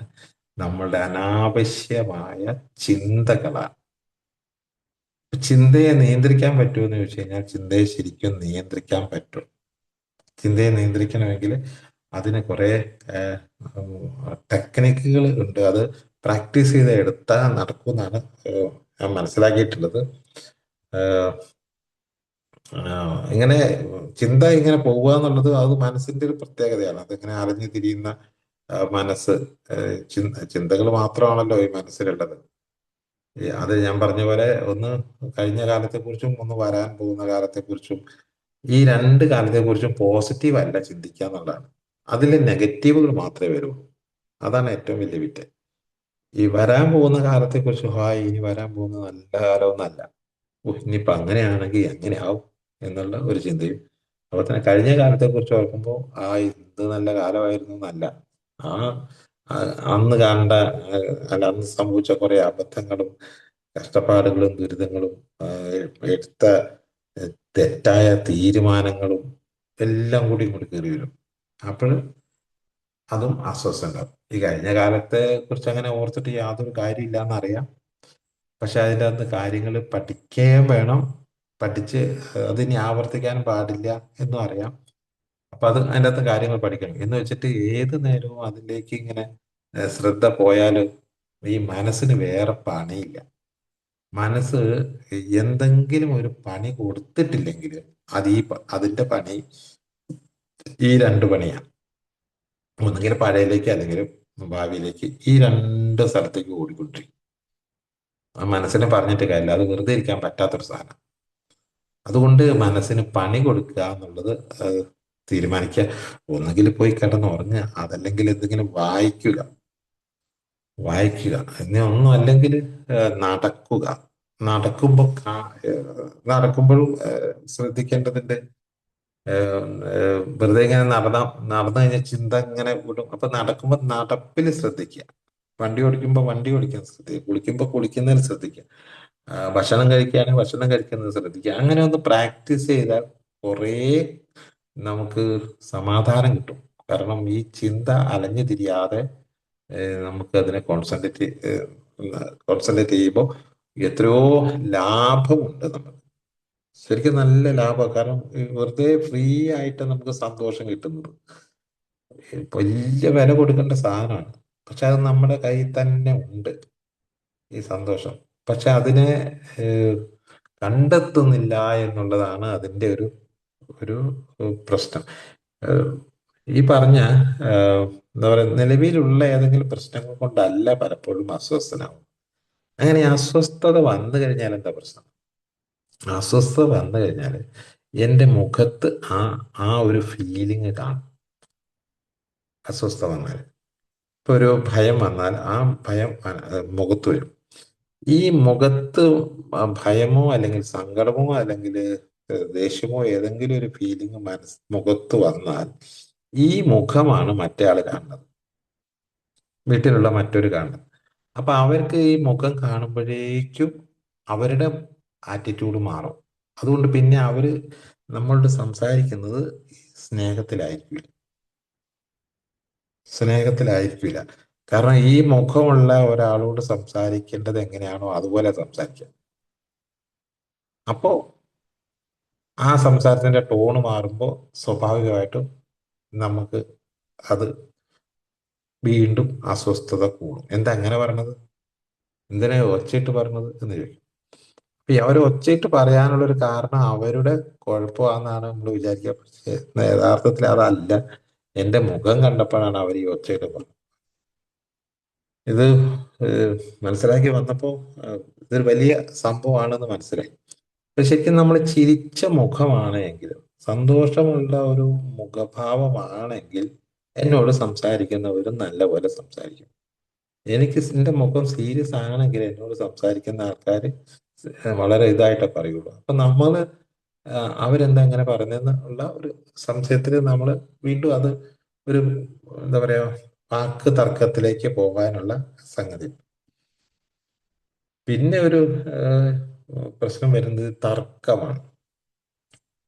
ഈ വിട്ടുകൊടുക്കാതെ ഞാൻ എൻ്റെ കാഴ്ചപ്പാട് പറഞ്ഞുകൊണ്ടിരിക്കുമ്പോഴാണല്ലോ തർക്കം വരുന്നത്. ഓരോ കാര്യത്തെക്കുറിച്ചും വീട്ടിലുള്ള എല്ലാവർക്കും വ്യത്യസ്ത അഭിപ്രായം. ഒരു ഉദാഹരണം പറഞ്ഞാൽ, എപ്പോഴാണ് രാത്രി കിടക്കേണ്ടത്, എപ്പോഴാണ് ഉണരേണ്ടത് എന്ന ഒരു ചോദ്യം വീട്ടിലുള്ള 4 പേരോട് ചോദിച്ചാൽ 4 പേരും 4 ടൈമായിരിക്കും പറയാം. എന്തിനാ അപ്പൊ അത്ര നേരത്തെ എണീക്കുന്നത്? അല്ലെ ഞാൻ നേരത്തെ എണീച്ചില്ലെങ്കിൽ ശരിയാവൂല. അപ്പൊ എൻ്റെ ഒരു കാഴ്ചപ്പാട് ഇതുപോലെയുള്ള ഒരു ഡെയിലി റുട്ടീനിന്റെയോ അല്ലെങ്കിൽ ഡ്രസ്സ് അഴിച്ചു വെക്കേണ്ടതോ അലക്കിയിടേണ്ടതോ ഇസ്തിരി ഇടേണ്ടതോ അങ്ങനെ ഒരു പിന്നെ രാവിലെ പോകാൻ വേണ്ടിയിട്ടുള്ള ഒരുക്കങ്ങൾ ഒരുങ്ങേണ്ടതിൻ്റെയോ പോവേണ്ട സമയത്തിന് എത്ര സമയം മുമ്പ് ഇറങ്ങണം എന്നുള്ള കാര്യത്തെക്കുറിച്ചോ ഒക്കെ എടുത്ത് നോക്കിക്കഴിഞ്ഞാൽ വ്യത്യസ്ത അഭിപ്രായമായിരിക്കും. ഇപ്പൊ ഒരു ഉദാഹരണത്തിന് ഒരു മീറ്റിങ്ങിന് അല്ലെങ്കിൽ ഒരു പരിപാടിക്ക് എല്ലാവരോടും പോകേണ്ടതാണ്. അപ്പൊ അവിടെ 10 മണിക്ക് എത്തണം, അരമണിക്കൂർ യാത്രയുണ്ട്, 9:30-ക്ക് പുറപ്പെടണം. 9:30 എന്നുള്ളത് ഒരു കുറച്ചും കൂടി 5 മിനിറ്റ് മുമ്പ് ഒരു 9:25-നെങ്കിലും പുറപ്പെടണം എന്ന് ഞാൻ വിചാരിക്കുന്നു. മറ്റേ ആള് 9:30 ആയി കഴിഞ്ഞാലും അയാൾ ഒരുങ്ങിയിട്ടുണ്ടാവില്ല. മറ്റേ ആള് മൂന്നാമത്തെ ഒരാള് 9:30 ചിലപ്പോൾ എത്ര നേരത്തെ പോകുന്നു അവരെ സംബന്ധിച്ചിടത്തോളം അങ്ങനെ കിട്ടും. 3 പേരും 3 ടൈമായിരിക്കും. മിക്കവാറും ആ യാത്ര പോകുന്ന സമയത്ത് ഭയങ്കര വർക്കായിരിക്കും. കാരണം ഈ നേരത്തെ പോകാൻ പറ്റാത്തതിന്റെ, ഞാൻ തീരുമാനിച്ച പോലെ നടപ്പിലാക്കാൻ പറ്റാത്തതിന്റെ അസ്വസ്ഥമായിട്ടായിരിക്കും വണ്ടിയിലിരിക്കുക. അപ്പൊ അത് വെച്ചിട്ടായിരിക്കും മറ്റേ ആളോട് സംസാരിക്കുക. അപ്പോൾ മറ്റേ ആള് ചൂടാവും. എന്താ ഉണ്ടായത്? ശരിക്കും ഒന്നും ഉണ്ടായിട്ടില്ല. പക്ഷെ ഈ പറഞ്ഞ ചെറിയ ചെറിയ സംഭവങ്ങളെ അത് അസ്വസ്ഥതയിലേക്ക് പോയി ശാന്തിയും സമാധാനവും കെടുത്തുന്ന നിത്യജീവിത പ്രശ്നങ്ങളെ മാനേജ് ചെയ്യുക എന്നുള്ളത് നമ്മളെ സംബന്ധിച്ചിടത്തോളം വളരെ പ്രധാനപ്പെട്ടതാണ്. വലിയ വലിയ കാര്യങ്ങളെ മാനേജ് ചെയ്യാൻ വലിയൊരു പ്രശ്നമില്ല. പക്ഷെ കൊച്ചു കൊച്ചു കാര്യങ്ങളെ മാനേജ് ചെയ്യാനാണ് ഇനിയും പരിശീലിച്ചെടുക്കേണ്ടത് എന്ന് ഞാൻ മനസ്സിലാക്കുന്നു. കാരണം അതാണ് യഥാർത്ഥത്തിൽ സന്തോഷം ഉളവാക്കുന്ന സംഗതി.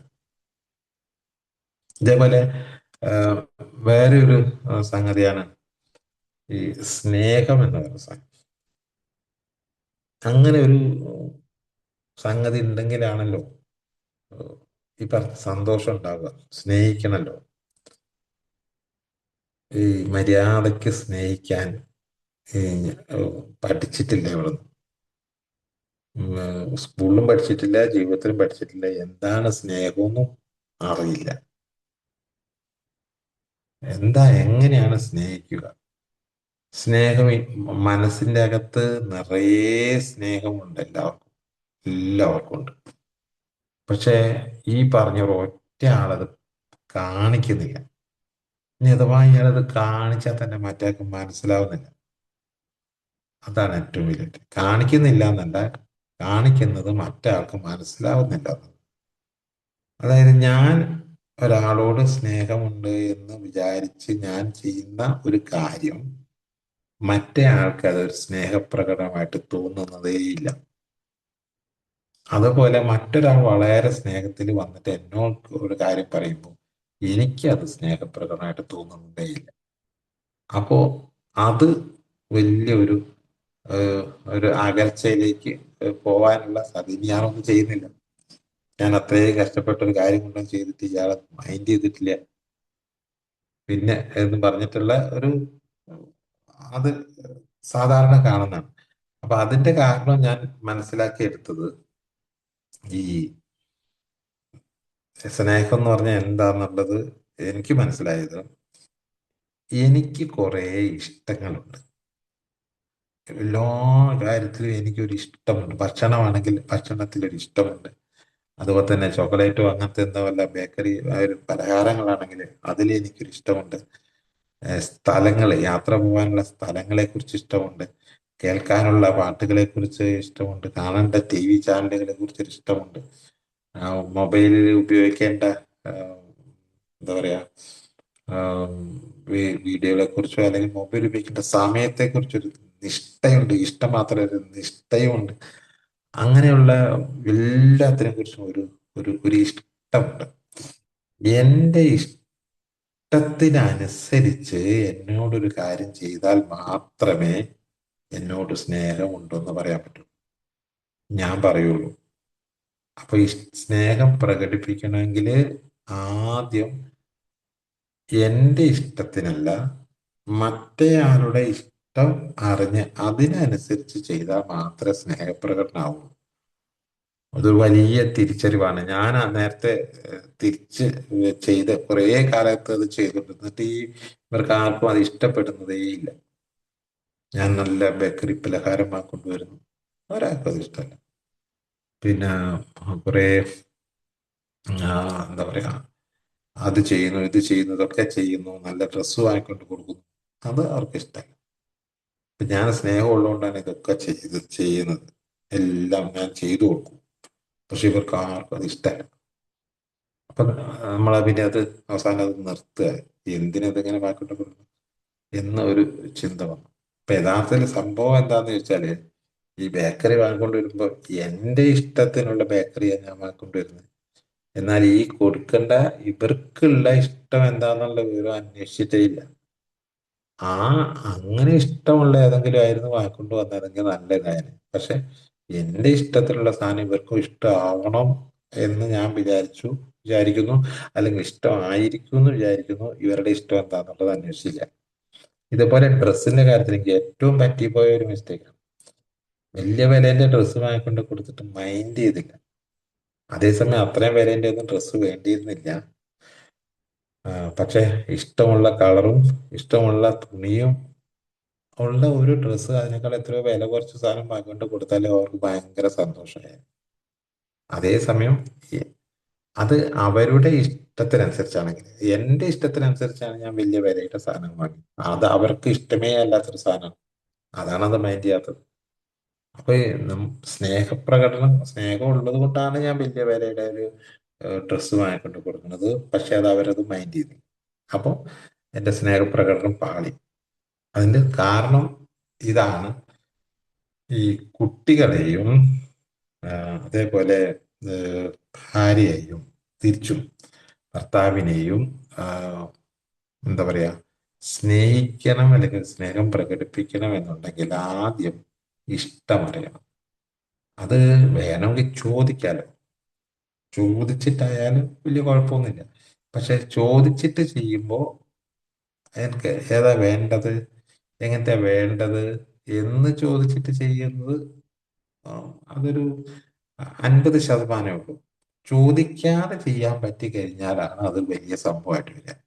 അതായത് എന്റെ ഇഷ്ടങ്ങൾ ഞാൻ പറയാതെ അറിയുന്നു എന്ന് പറയുന്നതാണ് യഥാർത്ഥത്തിൽ സ്നേഹത്തിന്റെ ഒരു പ്രകടനമായിട്ട് കാണുക. അത് ചിലപ്പോൾ ഒരു ചോക്ലേറ്റ് മതിയാവും, ഭയങ്കര ഇഷ്ടമുള്ള ഒരു ചോക്ലേറ്റ് ആണ്. ഓക്കെ, അപ്പൊ ആ രീതിയിൽ സ്നേഹം പ്രകടിപ്പിക്കാം. പിന്നെ ആരും ഇഷ്ടമാണ് എന്ന് പറയാറില്ല. അങ്ങനെ പറയണം എന്നൊക്കെയാണ്, എനിക്ക് ഇതിനെ ഭയങ്കര ഇഷ്ടമാണെന്ന് പറയണം എന്നൊക്കെയാണ്. അത് പറയാൻ വലിയൊരു പണിയുള്ള കാര്യമാണ്. നിന്നെ എനിക്ക് ഭയങ്കര ഇഷ്ടമാണ്, നീ ചെയ്ത കാര്യങ്ങളൊക്കെ എനിക്ക് ഭയങ്കര ഇഷ്ടമായി എന്ന് പറയാൻ പറ്റുകയാണെങ്കിൽ അതൊരു വലിയ സ്നേഹപ്രകടനമാണ്. ആ വാക്ക്. അതേസമയം കുറ്റം പറയാൻ ഏത് നേരം വേണമെങ്കിലും, നീ എന്തിനാ അത് ചെയ്യാൻ പോയത്, നിന്നോട് ആരാ പറഞ്ഞത് എന്നുള്ള രീതിയിൽ സാധാരണ നമ്മൾ സ്ഥിരമായിട്ട് പറയുന്നത്. പക്ഷെ ഇങ്ങനത്തെ ഒരു സാധനം പറയാൻ നമുക്ക് മടിയാണ്. അത് പറഞ്ഞാൽ എന്തോ മോശമാണെന്ന് വിചാരിച്ചിട്ട് പറയൂല. അതുകൊണ്ട് ആണ് ശരിക്കും ഒരു ഇഷ്ടമില്ലായ്മയായിട്ട് തോന്നുന്ന ഒരു സംഗതി. പിന്നെ ഉള്ള ഒരു സംഗതിയാണ് എവിടെയെങ്കിലും ടച്ച് ചെയ്യാറുള്ളത്. കയ്യിൽ പിടിച്ചിട്ടോ അല്ലെങ്കിൽ തോളിൽ പിടിച്ചിട്ടോ അല്ലെങ്കിൽ ചേർത്ത് പിടിച്ചിട്ടോ എന്തെങ്കിലും ഒരു കാര്യം പറയുകയാണെങ്കിൽ അത് ഭയങ്കര ഇഷ്ടമായിരിക്കും. അതാരായാലും ശരി, എന്റെയും അടുത്ത് വന്ന് എൻ്റെ തോളിൽ കൈയിട്ട് പിടിക്കുകയാണെങ്കിൽ എനിക്ക് ഭയങ്കര ഇഷ്ടമാണ്. പക്ഷെ അങ്ങനെ ആര് വരാൻ? അങ്ങനെ ഒരു വരവൊന്നും വളരെ ഇല്ല. നമ്മുടെ ഇഷ്ടം അങ്ങനെയാണ് എന്ന് വിചാരിച്ചിട്ട് ആരും വരത്തില്ല.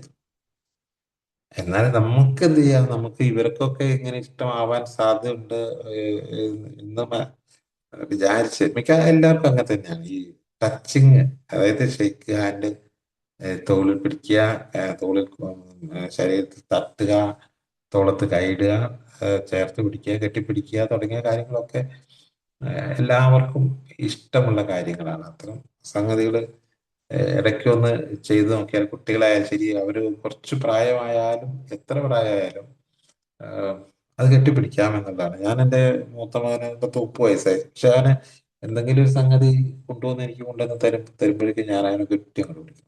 ഭയങ്കര ഇപ്പൊ നമ്മൾ ഏല് മിക്കവാറും നമ്മൾ സ്ഥിരമായി കണ്ടിട്ടുള്ളതാണ്. ഒരു പുതുമക്കാരൻ വന്നു കഴിഞ്ഞാല് അയാളെ അങ്ങ് കുറ്റിപ്പിടിക്കും, ചേർത്ത് പിടിക്കും. അങ്ങനത്തെ ഒരു ചേർത്ത് പിടുത്തമാണ് പല ആൾക്കാരും രക്ഷപ്പെട്ടിട്ടുള്ളത്. ഏറ്റവും നല്ല ഒരു സ്നേഹപ്രകടനമാണ് കെട്ടിപ്പിടിക്കുക. അങ്ങനെ കൈ കൊടുക്കുക, ചേർത്ത് പിടിക്കുക, തോളിൽ കൈയിടുക, ഇതൊക്കെ അതിന്റെ ഒരു കുറച്ചും കൂടി ലൈറ്റ് ആയിട്ടുള്ള സംഗതിയാണ്. അപ്പോൾ ഈ പറഞ്ഞ സംഗതി നമ്മൾ പലപ്പോഴും ഫീൽ ചെയ്തിട്ടുണ്ട്. പിന്നെ നേരത്തെ പറഞ്ഞാലേ ഈ മനസ്സിനെ ഏകാഗ്രമാക്കി എടുക്കാൻ നമുക്ക് പ്രയാസമുണ്ടെന്ന് കരുതുക. അങ്ങനെ ഉണ്ടെങ്കിൽ അതിന് ഈ ശ്രദ്ധ കൊണ്ടുവന്നാൽ നടക്കുന്നവരാണ്. ശ്രദ്ധ ബോധപൂർവം കൊണ്ടുവരണം. ഏതെങ്കിലും തരത്തിൽ അസ്വസ്ഥത ഉണ്ടാവുന്ന സമയത്ത് ചെറിയ ചെറിയ ടെക്നിക്കുകളൊക്കെ എടുത്തു നോക്കുക എന്നുള്ളതാണ്. ഏറ്റവും നല്ല ടെക്നിക്ക് എന്ന് പറഞ്ഞാൽ ശ്വാസം ഒരു 4 സെക്കൻഡ് കൊണ്ട് വലിച്ചുള്ളിലേക്ക് കയറ്റി ഒരു 5 സെക്കൻഡ് കൊണ്ട് പുറത്തേക്ക് വിടുകയും ചെയ്യും. അങ്ങനെ ഒരു 3-4 പ്രാവശ്യം ചെയ്യാൻ പറ്റിയാല് കംപ്ലീറ്റ് ആ അസ്വസ്ഥതയുടെ മൂഡ് അങ്ങോട്ട് മാറിക്കിട്ടും. ഇനി ഇത് അല്ലെങ്കിൽ കൈവിരലുകൾ നന്നായിട്ട് ചുരുട്ടി ഒരു 3 സെക്കൻഡിൽ പിടിച്ച് വളരെ വേഗത്തിൽ അത് റിലീസ് ചെയ്യാം. അങ്ങനെ ഒരു 4-5 തവണ ചെയ്തു കഴിഞ്ഞാലും ആ അസ്വസ്ഥത, പെട്ടെന്നുള്ള ആ അസ്വസ്ഥതയ്ക്ക് ഒരു റിലീസ് നടക്കും. കാൽപാദം ഈ നന്നായിട്ട് തറയിൽ ഈ ചേർത്ത് ചവിട്ടി ഒരു 10 അടി നടന്നാലും മതി എന്നാ പറയുന്നത്. പക്ഷെ ഈ ചെയ്യുന്ന സമയത്ത് ഇതിലേക്ക് ശ്രദ്ധ കൊടുക്കണം. ചെയ്യുന്ന ഒരു ശ്രദ്ധ കൊടുക്കുകയാണെങ്കിൽ നമുക്കൊരു മൈൻഡ്ഫുൾനെസ് ഉണ്ടാവും. ശ്വാസം, അതുപോലെ തന്നെ കൈകള്, അപ്പൊ തന്നെ നെഞ്ചില് വെക്കുക കൈ. എന്നിട്ട് ഒരു 5-8 തവണ ശ്വാസോച്ഛ്വാസം നടക്കുമ്പോൾ ആ ശ്വാസത്തില് ശ്രദ്ധിക്കുകയും നെഞ്ചിലുള്ള കയ്യിൽ ശ്രദ്ധിക്കുകയും ചെയ്തു കഴിഞ്ഞാൽ അതും ഒരു എന്താ പറയാ, ചിന്തയെ മാറ്റിയെടുക്കാൻ. അപ്പൊ ഞാൻ പറഞ്ഞു വന്നത്, ഈ അസ്വസ്ഥതയുടെ ഒരു പ്രധാന ഘടകം ഈ ചിന്ത എങ്ങനെ അനിയന്ത്രിതമായി പോകുന്നത് കൊണ്ടാണ്. അപ്പൊ ആ ചിന്തക്ക് ഒരു ബ്രേക്ക് ഇട്ടാൽ ഈ അസ്വസ്ഥ അപ്പൊ തന്നെ പമ്പ കിടക്കും. അതിങ്ങനെ ചിന്തിക്കേണ്ട കാര്യമില്ല എന്ന് നമ്മൾ എത്ര വിചാരിച്ച് എന്തിനപ്പം ഞാനെങ്ങനെ ആലോചിക്കണം എന്ന് പറഞ്ഞിട്ട് കാര്യമില്ല. അതിനൊരു ബ്രേക്ക് ഇടാൻ വേണ്ടിയിട്ടുള്ള എന്തെങ്കിലും ഇതുപോലെ സംഗതികൾ ചെയ്യാം. ഇപ്പൊ എന്തെങ്കിലും രുചിയുള്ള ഒരു സാധനം. പിന്നെ വേറെ ഒരു ടെക്നിക്ക് പറയുന്നുണ്ട്. നമ്മുടെ 5 ഇന്ദ്രിയങ്ങളെ എടുക്കുക, എന്നിട്ട് ഇഷ്ടപ്പെട്ട ഏതെങ്കിലും 5 സാധനത്തിലേക്ക് നോക്കുക. എന്നിട്ട് ഇനി ഇഷ്ടപ്പെട്ട ഏതെങ്കിലും ഒരു 2-3 ശബ്ദം ഞൊടിക്കുന്നതോ ഏതെങ്കിലും ഒരു 2-3 ശബ്ദം കേൾപ്പിക്കുക. എന്നിട്ട് അതിൽ ശ്രദ്ധ കൊടുക്കുക. ഏതെങ്കിലും സെന്റോ അതുപോലെയുള്ള സാധനങ്ങൾ എടുത്ത് ശ്രദ്ധിച്ച് മണക്കുക. എന്തെങ്കിലും ഇഷ്ടപ്പെട്ട രുചിയുള്ള 2 പ്രാവശ്യം എടുത്ത് നാക്കിൽ വെക്കുക.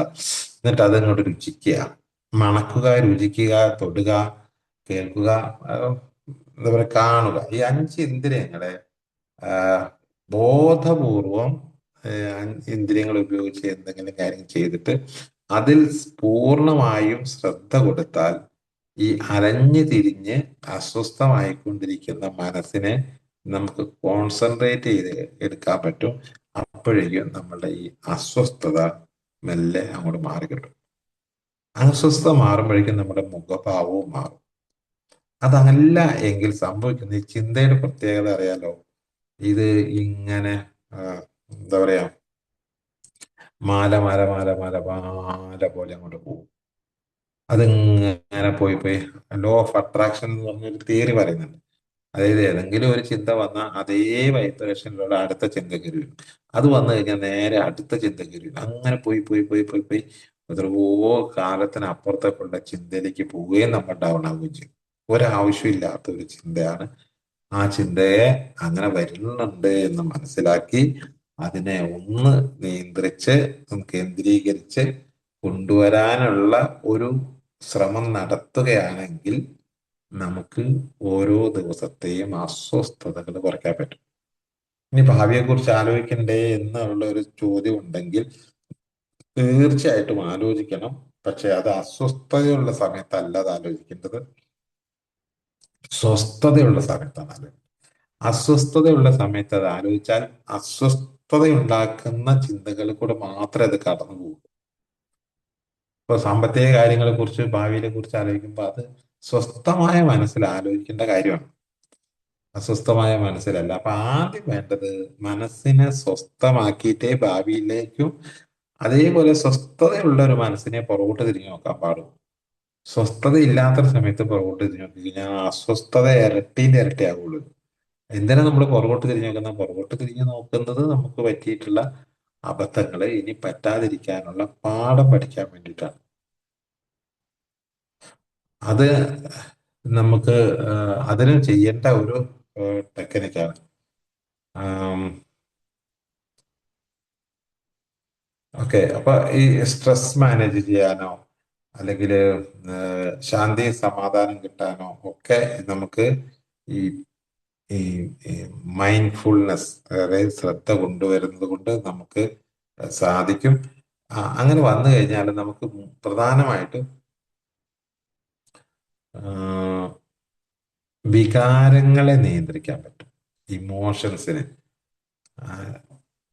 പിന്നെ അതിന് വേണ്ട ഒരു കാര്യം, ഈ മുൻവിധി എന്ന് പറഞ്ഞൊരു സാധനമുണ്ട്.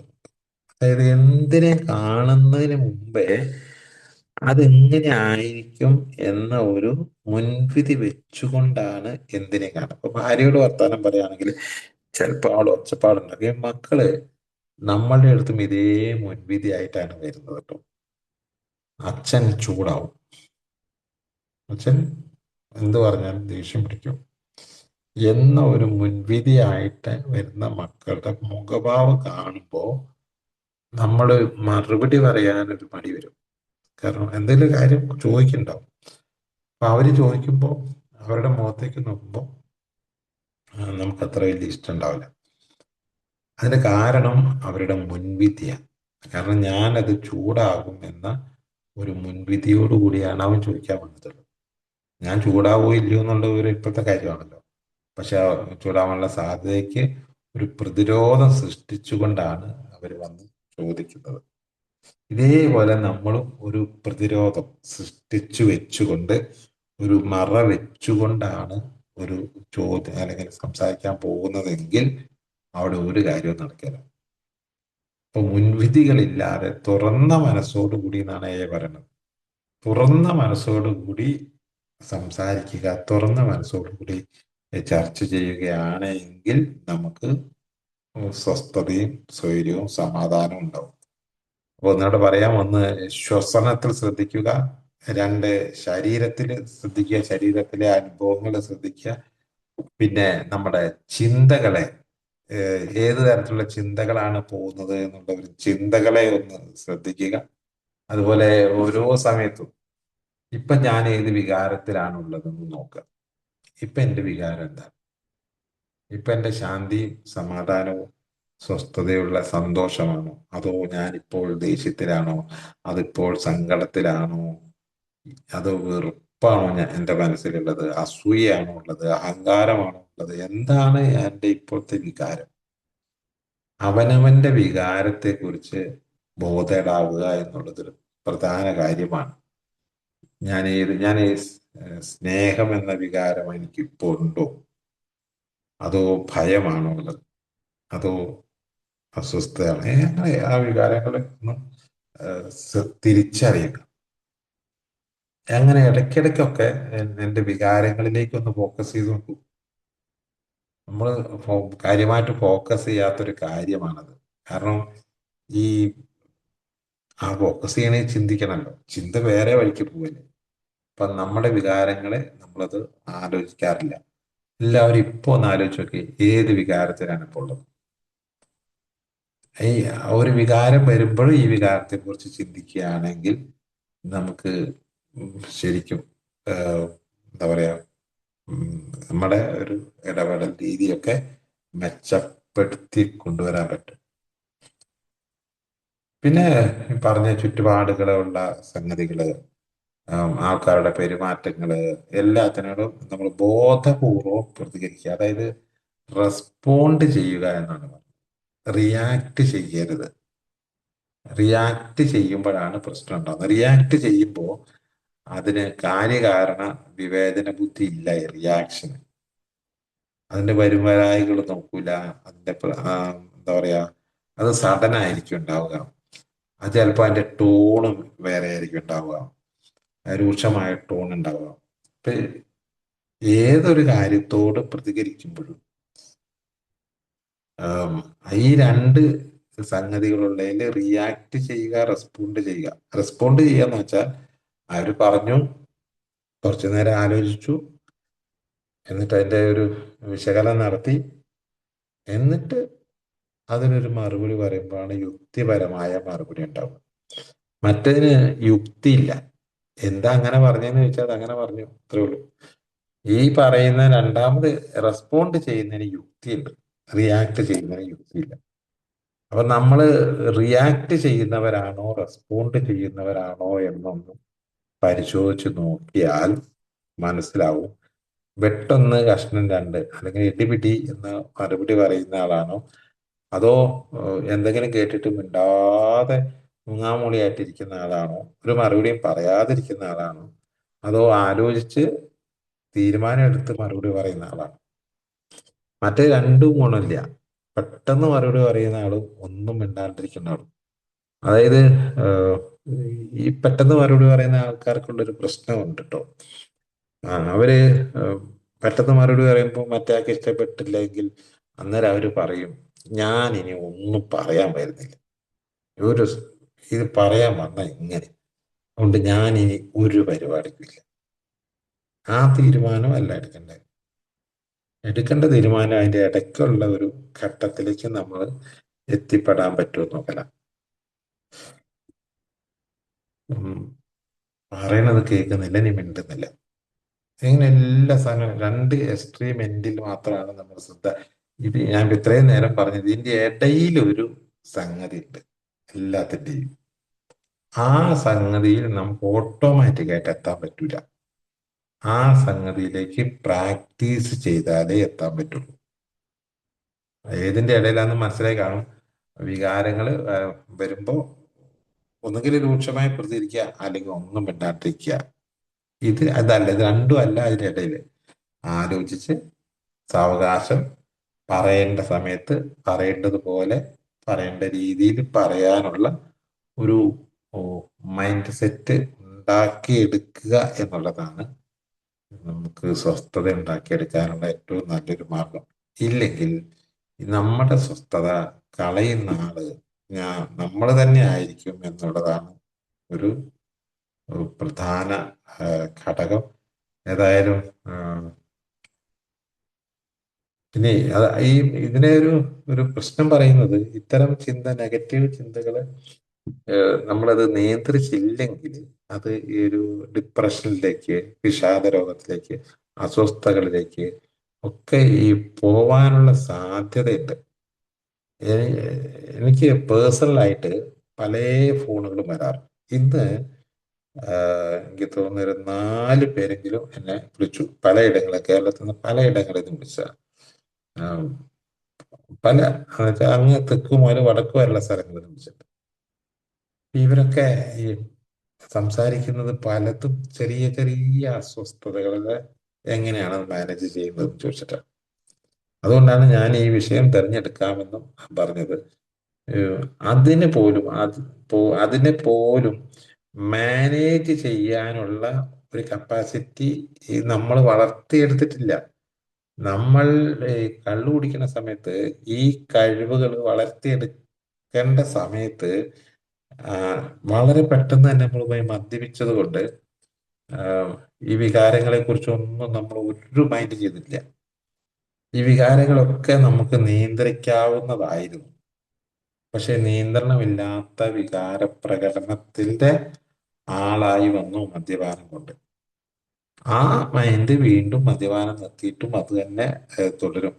ഒന്നുകിൽ ആശാന്റെ നെഞ്ചത്ത് അല്ലെങ്കിൽ കളരിക്ക് പുറത്തെന്ന് പറഞ്ഞാൽ ഒന്നുകിൽ കാര്യമായി പ്രതികരിക്കും, അല്ലെങ്കിൽ ഒന്നിനും മിണ്ടാതെ പോകുന്ന ഒരവസ്ഥയിൽ നിന്ന് മാറ്റം വന്ന് ഒരു മാന്യനായ ഒരാള് മാന്യതയോടുകൂടി സംസാരിക്കുകയും കേൾക്കുകയും പ്രവർത്തിക്കുകയും ചെയ്യുന്നതിലേക്ക് വളരുമ്പോഴാണ് നമുക്ക് കുടുംബ ജീവിതവും സന്തോഷകരമായി പോവുക. അതിന് ഇത്തരം ചില ടെക്നിക്കുകളാണ് ചെയ്യേണ്ടത്. ഇതിനെക്കുറിച്ച് നല്ല ഒരു അന്വേഷണം നടത്തുക. ഒന്ന്, എൻ്റെ ചിന്തകളെ കുറിച്ച് നന്നായിട്ട് അന്വേഷണം നടത്തുക. ഏത് ടൈപ്പ് ചിന്തയാണ് ഞാൻ ചിന്തിച്ചുകൊണ്ടിരിക്കുന്നത്? രണ്ട്, എൻ്റെ വികാരങ്ങളെ കുറിച്ച് ചിന്തിക്കുക. ഏതെല്ലാം വികാരങ്ങളാണ് എനിക്ക് വന്നുകൊണ്ടിരിക്കുന്നത്? ആവശ്യമുള്ളതോ അനാവശ്യമായതോ എല്ലാ വികാരങ്ങളെയും ടെസ്റ്റ് ചെയ്തിട്ട് എടുത്തിട്ട് അത് വെച്ച് ഒരു ദിവസം ഇനി ഇനിയും മറ്റൊന്നുള്ളത്, ഈ വികാരം വരുമ്പോ ചിലപ്പോൾ ചിന്തിച്ചു കൊള്ളുന്നില്ല. പക്ഷെ ആ വികാരം ഇറങ്ങി കഴിയുമ്പോൾ അതിനെക്കുറിച്ച് വിശകലനം നടത്തണം. എന്തിനാണ് അങ്ങനെ ഒരു വികാരം വരാണ്ടായ കാരണം എന്താണ്? എന്നിട്ട് അത് എത്ര നേരം നിന്നു? അതുകൊണ്ട് ഗുണമാണോ ഉണ്ടായത്, ദോഷമാണോ ഉണ്ടായത് എന്ന് നോക്കി ആ വികാരങ്ങളെ ഒന്ന് വിശകലനം ചെയ്താൽ, ഒന്ന് പ്രാക്ടീസ് ചെയ്താൽ കുറച്ച് കഴിഞ്ഞാൽ അത് ആ വികാരങ്ങളെ നമ്മൾക്ക് നമ്മുടെ പടിയിലേക്ക് കൊണ്ടുവരാൻ പറ്റും. അതാണ് ഒരു ടെക്നിക്ക്. ഏതായാലും പിന്നെ ഒന്നുള്ളത്, നമ്മുടെ ഞാൻ വിചാരിച്ചതുപോലെ നടക്കണമെന്നുള്ള ഒരു കാഴ്ചപ്പാട് മാറ്റുക. അതായത്, ഞാൻ ഇപ്പൊ പറഞ്ഞോന്നറിയില്ല, ഏതായാലും എൻ്റെ കാഴ്ചപ്പാടനുസരിച്ച് എനിക്ക് കുറേ കാര്യങ്ങൾ ചെയ്യാൻ പറ്റും. ഏത്, എൻ്റെ കൈ കൊണ്ടോ എൻ്റെ കാലുകൊണ്ടോ ചെയ്യാൻ പറ്റുന്ന കാര്യങ്ങൾ എനിക്ക് എൻ്റെ കാഴ്ചപ്പാടനുസരിച്ച് ചെയ്യാൻ പറ്റും. അതായത് ഇപ്പോ ഭക്ഷണം കഴിക്കണോ, അല്ലെ ഞാനിപ്പോ കിടന്ന് ഉറങ്ങണോ, ഇപ്പൊ വെള്ളം കുടിക്കണോ, അത് വിചാരിച്ചാൽ അന്നേരം ചെയ്യാൻ പറ്റും. അതേപോലെ ഞാൻ വിചാരിച്ചാൽ ചെയ്യേണ്ടത് ഞാനല്ല, മറ്റൊരാളാണെന്ന് കരുതുക. ചിലപ്പോൾ അയാൾക്കത് ആ വിചാരിക്കുന്ന സമയത്ത് തന്നെ ചെയ്യാൻ അയാൾക്ക് പറ്റിക്കൊള്ളുന്നില്ല. അങ്ങനെ വരുമ്പോൾ ദേഷ്യം വരും. അതായത് ഞാനൊരു കാര്യം പറയുന്നു, ആ ഒരു കാര്യം ഞാൻ ചിന്തിക്കുന്നു, ഞാൻ ചെയ്യേണ്ടതാണെങ്കിൽ ഞാൻ അന്നേരം ചെയ്യുന്നു. ഞാൻ വേറൊരാളെ കൊണ്ട് ചെയ്യിക്കേണ്ടതാണെങ്കിൽ അയാൾ അന്നേരം ചെയ്യാൻ വിമുഖത കാണിച്ചാൽ ദേഷ്യം വരും. അതായത് എൻ്റെ കാര്യം ഞാൻ ചെയ്യുന്നത് പോലെയാണ് എൻ്റെ ചിന്ത മറ്റൊരാളെ കൊണ്ട് ചെയ്യിക്കുന്നത്. എൻ്റെ ചിന്തയിൽ വന്ന കാര്യം മറ്റൊരാളെ കൊണ്ട് ചെയ്യിക്കുന്നത് എൻ്റെ കാര്യം എൻ്റെ ചിന്തയിൽ വന്നത് ഞാൻ ചെയ്യുന്ന പോലെ ആയിരിക്കണം എന്ന് വിചാരിക്കുന്നു. അതായത് പെട്ടെന്ന് ഇടിപിടിയുന്ന കാര്യങ്ങൾ നടക്കും. അത് നടക്കാൻ സാധ്യതയില്ല. അപ്പോഴും ബഹളം ഉണ്ടാവാൻ സാധ്യതയുണ്ട്. അതുകൊണ്ട് ഈ ഒരു തിരിച്ചറിവ് ഉണ്ടായാൽ എൻ്റെ കാര്യം ഞാൻ വിചാരിക്കുന്നത് പോലെ നടക്കൂല എന്നും പറയാൻ പറ്റില്ല. ഞാൻ വിചാരിക്കുന്നത് പോലെ ഞാൻ വിചാരിച്ച സമയത്ത് ചിലപ്പോൾ നടക്കില്ല. ഇപ്പൊ നടക്കണം വിചാരിച്ചാൽ നടക്കില്ല. ചിലപ്പോൾ അതിന് സാവകാശം വേണ്ടി വരും. ആ സാവകാശത്തിലേക്ക് നമ്മൾ വളരേണ്ടതുണ്ട്. ഇങ്ങനെ നോക്കിക്കഴിഞ്ഞാൽ കുറേ കൊച്ചു കൊച്ചു കാര്യങ്ങൾ ഇനി നിങ്ങൾക്കും പറയാനുണ്ടാവും പല കാര്യങ്ങളും. അതുകൊണ്ട് ഞാൻ തൽക്കാലം നിർത്തവപ്പ എന്ന കഥ പറയാനുണ്ടാവും പല കാര്യങ്ങളും. അതിലൊന്ന് രണ്ട് കാര്യങ്ങളൊക്കെ പറഞ്ഞുകൊണ്ട് നമുക്ക് സെഷൻ അവസാനിപ്പിക്കാം. ഏതായാലും ഒരു കാര്യം ഉറപ്പാണ്, അസ്വസ്ഥത ഉണ്ടാവാനുള്ള കാര്യങ്ങൾ വളരെ സിമ്പിളാണ്, പക്ഷെ അതിന് ഫോക്കസ് ചെയ്യുന്നില്ല പരിഹരിക്കാൻ വേണ്ടിയിട്ട്. അതാ ഞാൻ പറഞ്ഞതിന്റെ ചുരുക്കം. ഫോക്കസ് ചെയ്താൽ ഇപ്പോൾ ഉള്ളതിന്റെ ഇരട്ടി സന്തോഷം നമുക്ക് ഉണ്ടായും എന്നാണ് ഞാൻ മനസ്സിലാക്കിയത്. Okay, thank you. Thank you Biju മാഷെ, താങ്ക് യു മാഷെ. പ്രിയപ്പെട്ട സുഹൃത്തുക്കളെ, മാഷ് ഇപ്പൊ സംസാരിച്ചതിനെ കുറിച്ച് ആർക്കെങ്കിലും എന്തെങ്കിലും അഭിപ്രായമോ കൂട്ടിച്ചേർക്കാനോ നന്ദി പറയാനുള്ള സമയമുണ്ട്. നമുക്കൊരു 15 മിനിറ്റും കൂടെ ഉണ്ട്. നമ്മൾ മൊത്തം ഞാനടക്കം മാഷടക്കം 24 പേരുണ്ട്. സമയം ഇഷ്ടംപോലെ കിടക്കുന്നുണ്ട്. ആർക്ക് വേണമെങ്കിലും മുന്നോട്ട് വരാവുന്നതാണ്. നമ്മുടെ അനുഭവങ്ങളൊന്ന് പങ്കുവച്ചാൽ മതി.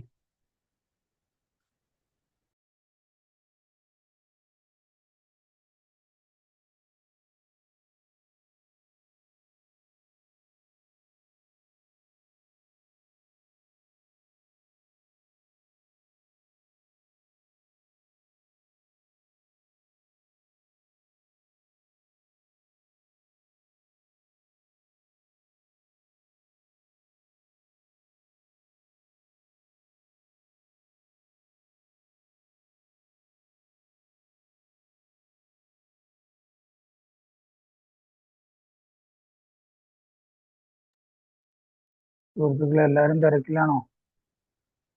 ആർക്ക് വേണമെങ്കിൽ മുന്നോട്ട് വരാവുന്നതാണ്. മാഷ് നമുക്ക് വേണ്ടി 1.25 മണിക്കൂർ ഈ വിഷയത്തെക്കുറിച്ച് നിർത്താതെ സംസാരിച്ചതാണ്. നമുക്കുണ്ടായ ചെറിയ അനുഭവങ്ങൾ പോലും പങ്കുവയ്ക്കാവുന്നതാണ്. രതീഷ് ഭായ് പറയൂ. ഹലോ ശ്രീനേട്ടാ. ഓക്കെ. പ്രിയമുള്ളവരെ, ഞാനൊരു മദ്യാസക്തൻ. ദൈവാനുഗ്രഹത്താലും കൂട്ടായ്മയിൽ സഞ്ചരിക്കുന്നുണ്ട്. ഇന്ന് ദിവസം മദ്യവെച്ചിട്ടില്ല. എൻ്റെ പേര് രതീഷ്. ഇപ്പോ രതീഷ് നമ്മളെ bhai hi hi Ratheesh hi അച്ഛൻ Pazhayangadi. Hi hi sir.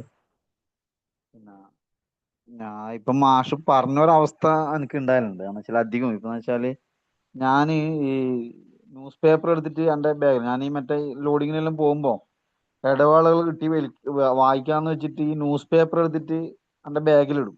Side മറ്റേ നമ്മ പണി ഡ്രസ്സിൽ എടുക്കുന്ന ബാഗിലിട്ടിട്ട് പോകും. പക്ഷെ ഇടവേളകൾ കിട്ടിക്കഴിഞ്ഞാല് ഞാനത് വായിക്കൂല. വായിക്കാൻ നല്ല മനസ്സ് പറയും, പക്ഷെ വായിക്കാൻ എനിക്ക് എന്തോ തോന്നൂല. അപ്പം വേറെ എന്തെങ്കിലും വർത്താനത്തിലോ അല്ലെങ്കിൽ ഫോണിലോ അല്ലെങ്കിൽ ഇങ്ങനെ നമ്മൾ ഫോണിൽ ഇപ്പൊ ഗ്രൂപ്പിലെ ചില മെസ്സേജുകൾ അതെല്ലാം വായിക്കും, അല്ലെങ്കിൽ ഇങ്ങനെ അതിൻ്റെ എന്തെങ്കിലും ഇപ്പൊ എന്തെങ്കിലും അതിന്റെ ടോപ്പിക് അങ്ങനെയെല്ലാം കേട്ടിട്ട് ഇങ്ങനെ സമയം കളയും. പക്ഷെ ഉച്ചക്കും റെസ്റ്റിന്റെ സമയത്ത് ഇങ്ങനെ പത്രം വായിക്കണമെന്ന് ചിന്തയുണ്ടോ, അല്ലെങ്കിൽ വേറെ ആരെങ്കിലും എന്തെങ്കിലും തന്നത്തെ വിഷയത്തിനെ കുറിച്ച് പറയുമ്പോൾ ആ ഒരു ചിന്ത ഇങ്ങനെ കടന്നു വരും. പക്ഷെ എനിക്ക് എന്തുകൊണ്ട് ഇത് വായിക്കാൻ പറ്റുന്നില്ല, അല്ലെങ്കിൽ എന്തുകൊണ്ട് ചെയ്യാൻ പറ്റില്ല. ഇപ്പൊ മാഷ് പറയുമ്പോൾ ക്ലിയർ ആയി, പക്ഷെ അത് കുറച്ചിപ്പോ ഒരു 1.5 മാസമായിട്ട് ഇപ്പൊ എനിക്ക് അങ്ങനെ തന്നെ എന്താണെന്നറിയില്ല. എൻ്റെ മനസ്സിന് എന്തോ ഒരു ചിന്താ കുഴപ്പമുണ്ട്.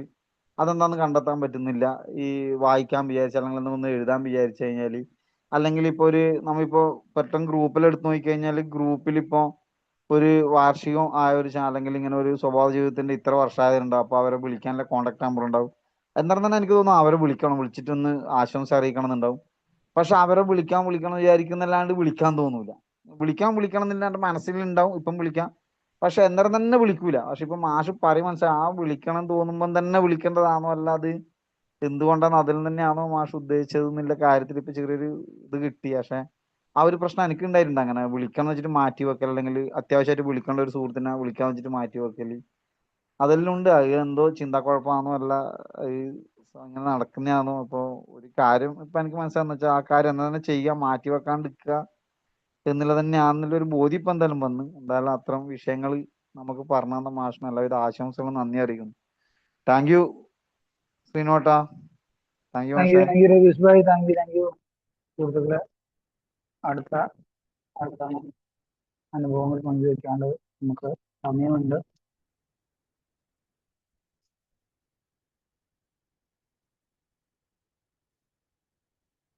ഫ്രീ ആയിട്ടുള്ളവർ മുന്നോട്ട് വരൂ.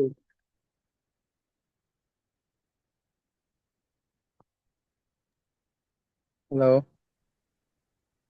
ആ താങ്ക് യു.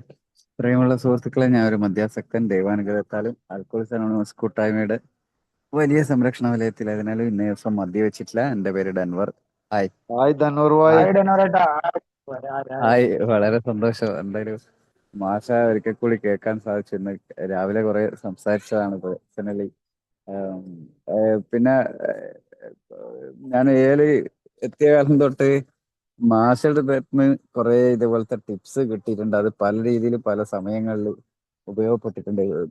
പ്രത്യേകിച്ച് ഈ തുടക്കകാലത്ത് സുബോധ ജീവിതം പുസ്തകത്തിനെ ആണ് മാഷ് അധികം ബേസ് ചെയ്തിട്ട് സംസാരിക്കുന്നുണ്ട്. അതില് ഈ കുടിയിന്റെ ഒരു പ്രശ്നം മാറി നിൽക്കുമ്പം പിന്നെ നേരത്തെ മാഷ് പറഞ്ഞൊരു രസകരമായ ഒരു സത്യം, ഏറ്റവും വലിയ പ്രശ്നങ്ങള് വളരെ നിസ്സാരവൽക്കരിച്ചിട്ട് കോംപ്രമൈസ് പെട്ടെന്ന് അത് റെഡിയാക്കി എടുക്കാൻ പറ്റും. പക്ഷെ ചെറിയ പ്രശ്നങ്ങളെ മെയിൻറ്റെയിൻ ചെയ്ത് കൊണ്ടുപോകലാണ് ഏറ്റവും വലിയ പ്രശ്നം. അതുപോലെ തന്നെ എന്നെ സംബന്ധിച്ചിട്ട് ഏറ്റവും ചെറിയ പ്രശ്നങ്ങളാണ് എൻ്റെ വലിയ പ്രശ്നങ്ങൾ. അങ്ങനത്തെ ചെറുതിനെ കുറെ കുട്ടി കുട്ടി കുട്ടി കുട്ടി വെച്ച് ലോഡാക്കിയിട്ട് ഓരോ വ്യക്തികളെയും ഓരോ ഫയല് എന്നുള്ള രീതിയിൽ അതിങ്ങനെ രജിസ്റ്റർ ചെയ്തിട്ട കുറെ വ്യക്തികളെ മേലുള്ള ഫയലുകൾ ഇങ്ങനെ കൂടെ നടക്കുവാണ്. അത് പക്ഷേ അതിന്റെ അകത്ത് കൃത്യമായ ഒരു പരിഹാരം വേണമെന്നുള്ളത് അറിയാം. അത് ഞാൻ കൊണ്ടു നടക്കാൻ പാടില്ല എന്നറിയാം. നീരസം ദേഷ്യം ഇതെല്ലാം എനിക്ക് അപകടമാണെന്നറിയാം.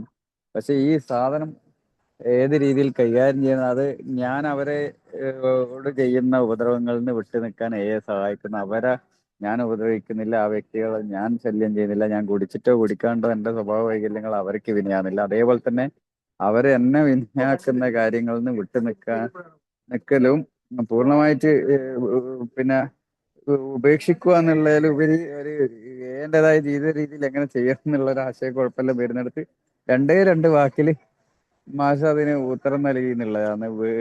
വിട്ടുകൊടുക്കുക, വിട്ടു നിൽക്കുക. ശരിക്കും പറഞ്ഞാല് അവിടെ മറ്റുള്ളവരെ അവരെ ശരികള് നമ്മളടുത്ത് നമ്മളെ ശരികൾ മറ്റുള്ളവരുടെ അടുത്തേക്ക് അടിച്ചേൽപ്പിക്കാതിരിക്കുക എന്നുള്ള ഒരു സംഭവം ബേസ് ചെയ്തിട്ട് മാഷിപ്പം കുറെ കാര്യങ്ങൾ പറഞ്ഞത്. അത് നമുക്ക് വിത്ത് എന്റെ സഹായത്തിൽ അത് പ്രാക്ടിക്കലായിട്ട് പറ്റും. പക്ഷെ മറ്റുള്ളവർ ഈ പണിയെടുക്കുന്നിടത്ത് അവരെ ശരികൾ, അവരെ വിശ്വാസങ്ങൾ, അവരെ മതപരമായ കാഴ്ചപ്പാടോ അല്ലെങ്കിൽ രാഷ്ട്രീയപരമായ കാഴ്ചപ്പാടോ എന്തെങ്കിലും തരത്തിലുള്ള അവരെ ജീവിത രീതി നമ്മളിലേക്ക് സന്നിവേശിപ്പിക്കാൻ നിരന്തരമായിട്ട് ശ്രമിക്കുന്ന ആ ഒരു പ്രശ്നത്തിന് ഞാൻ സ്ഥിരമായിട്ട് കുടുംബത്തിൽ നേരിടുന്ന ഒരു കാര്യമല്ല. അപ്പോൾ ആ ഒരു സംഭവത്തിന്റെ മേലെ ഏത് രീതി എടുക്കണം എന്നുള്ള ഒരു പ്രോബ്ലം കൊണ്ട് ശരിക്കും അവിടെ എന്താ പറയാ, ഈ മറ്റേ ബൈബിളിലെ കഥയിലുള്ള ഈ ധൂർത്തുപുത്രൻ നന്നായിട്ട് തിരിച്ചു വരുന്നതിന് കാത്തിരിക്കുന്ന പോലെ അവർ ഇരിക്കുന്നു. ഞാൻ എന്നെ സംബന്ധിച്ചിട്ട് അതേ കാഴ്ചപ്പാടിൽ ഞാൻ അങ്ങോട്ടും കാണുന്നത്. അപ്പോൾ ആ രീതിയിലുള്ള ഒരു പ്രശ്നത്തിന്റെ മേലെ ഇപ്പൊ എനിക്ക് എന്റെ സുബോധത്തിന് തടസ്സം നിൽക്കാത്ത രീതിയിൽ ഇതിനെ കൈകാര്യം ചെയ്യണം എന്നുള്ളത് കൊണ്ട് തന്നെ സുബോധത്തിന് റിസ്ക് വെക്കുന്ന ഒരു കാര്യം ചെയ്യാണ്ട് നിൽക്കണം എന്നുള്ളത് കൃത്യമായിട്ട് ഞാൻ പാലിക്കുന്നതുകൊണ്ട് തന്നെ എനിക്ക് അവിടെ രണ്ട് വാക്കിൽ കിട്ടിയ ആ ഉത്തരം ഞാൻ എന്താ പറയാ സ്വർണം കിട്ടിയ പോലെയാണ്. വിട്ടുകൊടുക്കുക, വിട്ടു നിൽക്കുക. വിട്ടുകൊടുക്കുക എന്ന് പറഞ്ഞാൽ അത് പൂർണ്ണമായിട്ട് ദൈവത്തിന് വിട്ടുകൊടുക്കുക എന്നുള്ള രീതിയിൽ ഞാൻ കാണുന്നുള്ളൂ. എൻ്റെ കയ്യിൽ നിൽക്കുന്ന കാര്യമില്ല. ഞാൻ പറയേണ്ടതായ ആകെ പറഞ്ഞു കഴിഞ്ഞു, മുഴുവനായിട്ട് പറഞ്ഞു കഴിഞ്ഞു, കാര്യങ്ങളിൽ ഉള്ള പ്രശ്നങ്ങൾ പറഞ്ഞു കഴിഞ്ഞു. എന്ത് തന്നെയായാലും അത് ഇനിയും അത് ആവർത്തിക്കപ്പെടുന്നു എങ്കിൽ അത് ദൈവത്തിന് വിട്ടുകൊടുക്കുക, ഞാൻ വിട്ടു നിൽക്കുക എന്നുള്ളത് തന്നെയാണ്. അതിൽ നാട്ടുകാരെയും മറ്റ് വ്യക്തി വിധേയത്വത്തിന്റെ അടിസ്ഥാനത്തിൽ കാണുന്ന സാമൂഹിക പിന്നെ കാഴ്ചപ്പാടുകളുടെ മേലെയൊന്നും ഞാൻ ഈ സത്യാവസ്ഥ പറഞ്ഞ് ബോധ്യപ്പെടുത്തി എൻ്റെ ശരി നേടിയെടുക്കേണ്ട മാർക്കിങ്ങിന് ഞാൻ നിൽക്കാതെ ഇരിക്കുക എന്നുള്ളത് ഇന്ന് എനിക്ക് പാലിക്കാൻ പറ്റുന്നുണ്ട്. നോ പറയേണ്ടടുത്ത് നോ പറയാൻ പറ്റുന്നുണ്ട്. ശരിക്കും ബിഗ് ബുക്കിലെ ഒരു രസകരമായ വരി പറഞ്ഞാല് പിന്നെ മറ്റൊരാളെ അന്തർസ്പർശിയായ, അത് വലിയൊരു വാചകമാണ് ബിഗ് ബുക്ക്, പക്ഷെ നടക്കുന്ന വെച്ചിട്ട് അത് രസകരമായി എന്നുള്ളൂ. മറ്റൊരാളെ അന്തർസ്പർശിയായ കാര്യങ്ങളെ അയാളുടെ അനുവാദമില്ലാതെ ചർച്ച ചെയ്യില്ല, അങ്ങനെ ഒരു സാധനമുണ്ട് ഇവിടെ. പക്ഷേ ഈ എൻ്റെ എല്ലാം കാര്യത്തില് ജീവിതത്തിൽ സംഭവിക്കുന്ന ഓരോ കാര്യവും പിന്നെ ജീവിതത്തില് കുടിക്കുന്ന സമയത്ത് ഇല്ലാത്ത തരത്തിലുള്ള ഓരോ പ്രശ്നങ്ങൾ നടന്നിട്ടുണ്ട്. ഒരു അനാവശ്യമായ ഒരു കള്ളക്കേസിന് ജയിലിൽ പോകേണ്ടി വന്നിട്ടുണ്ട്. ഇങ്ങനത്തെ എല്ലാ സാഹചര്യത്തിൽ തീ പിടിക്കുന്ന പോലെ ചിലപ്പം ഏഷ്യാനെറ്റ് ന്യൂസ് പോലെ പ്രവർത്തിക്കുന്ന ഒരു സാഹചര്യം എല്ലാം കടന്നു വന്നിട്ടുണ്ട്. പക്ഷെ അതെല്ലാം ഒരു എനർജി ആയിട്ട് മാറുന്ന ഒരു തരത്തിൽ ഈ കാഴ്ചപ്പാട് മാറ്റുക, അവനവന്റെ കാഴ്ചപ്പാട് മാറ്റുക എന്നല്ലാണ്ട് മറ്റേ ഭാഗത്തൊന്നും ചെയ്യാൻ പറ്റൂല എന്നുള്ള ഒരു തലം മുന്നേ അറിയാം. അങ്ങനെ ഇങ്ങനെയായിട്ട് ചെറുങ്ങനെ അറിയാന്നുള്ളത് ആ ഒരു തലത്തിലേക്ക് എത്താന് ഈ കൂട്ടായ്മയാണ് സഹായിച്ചത്. അതിൽ വിജയം മാഷ ടിപ്സിലേക്ക് അത് പൂർണ്ണമായിട്ട് സ്വീകരിക്കാൻ പറ്റുന്ന രീതിയിൽ പറഞ്ഞ് സഹായിക്കലുണ്ട് എന്നുള്ളതാണ് എന്തായാലും ഇവിടെ അനൗൺസ്മെന്റ് ചെയ്യുന്നത്. എന്തായാലും ഇന്ന് വളരെ വിശദമായിട്ട് ഈ ഒരു വിഷയത്തിനെ ഉള്ളിലേക്ക് സന്നിവേശിപ്പിക്കാൻ മാറ്റി കാണിച്ച് ആ ഒരു സമയത്തിന് വില പിടിച്ച സമയത്തിന് നന്ദി പറയുന്നു. എന്തായാലും എല്ലാവർക്കും ശുഭദിനാശംസകൾ, തിരുവോണാശംസകൾ. Thank you.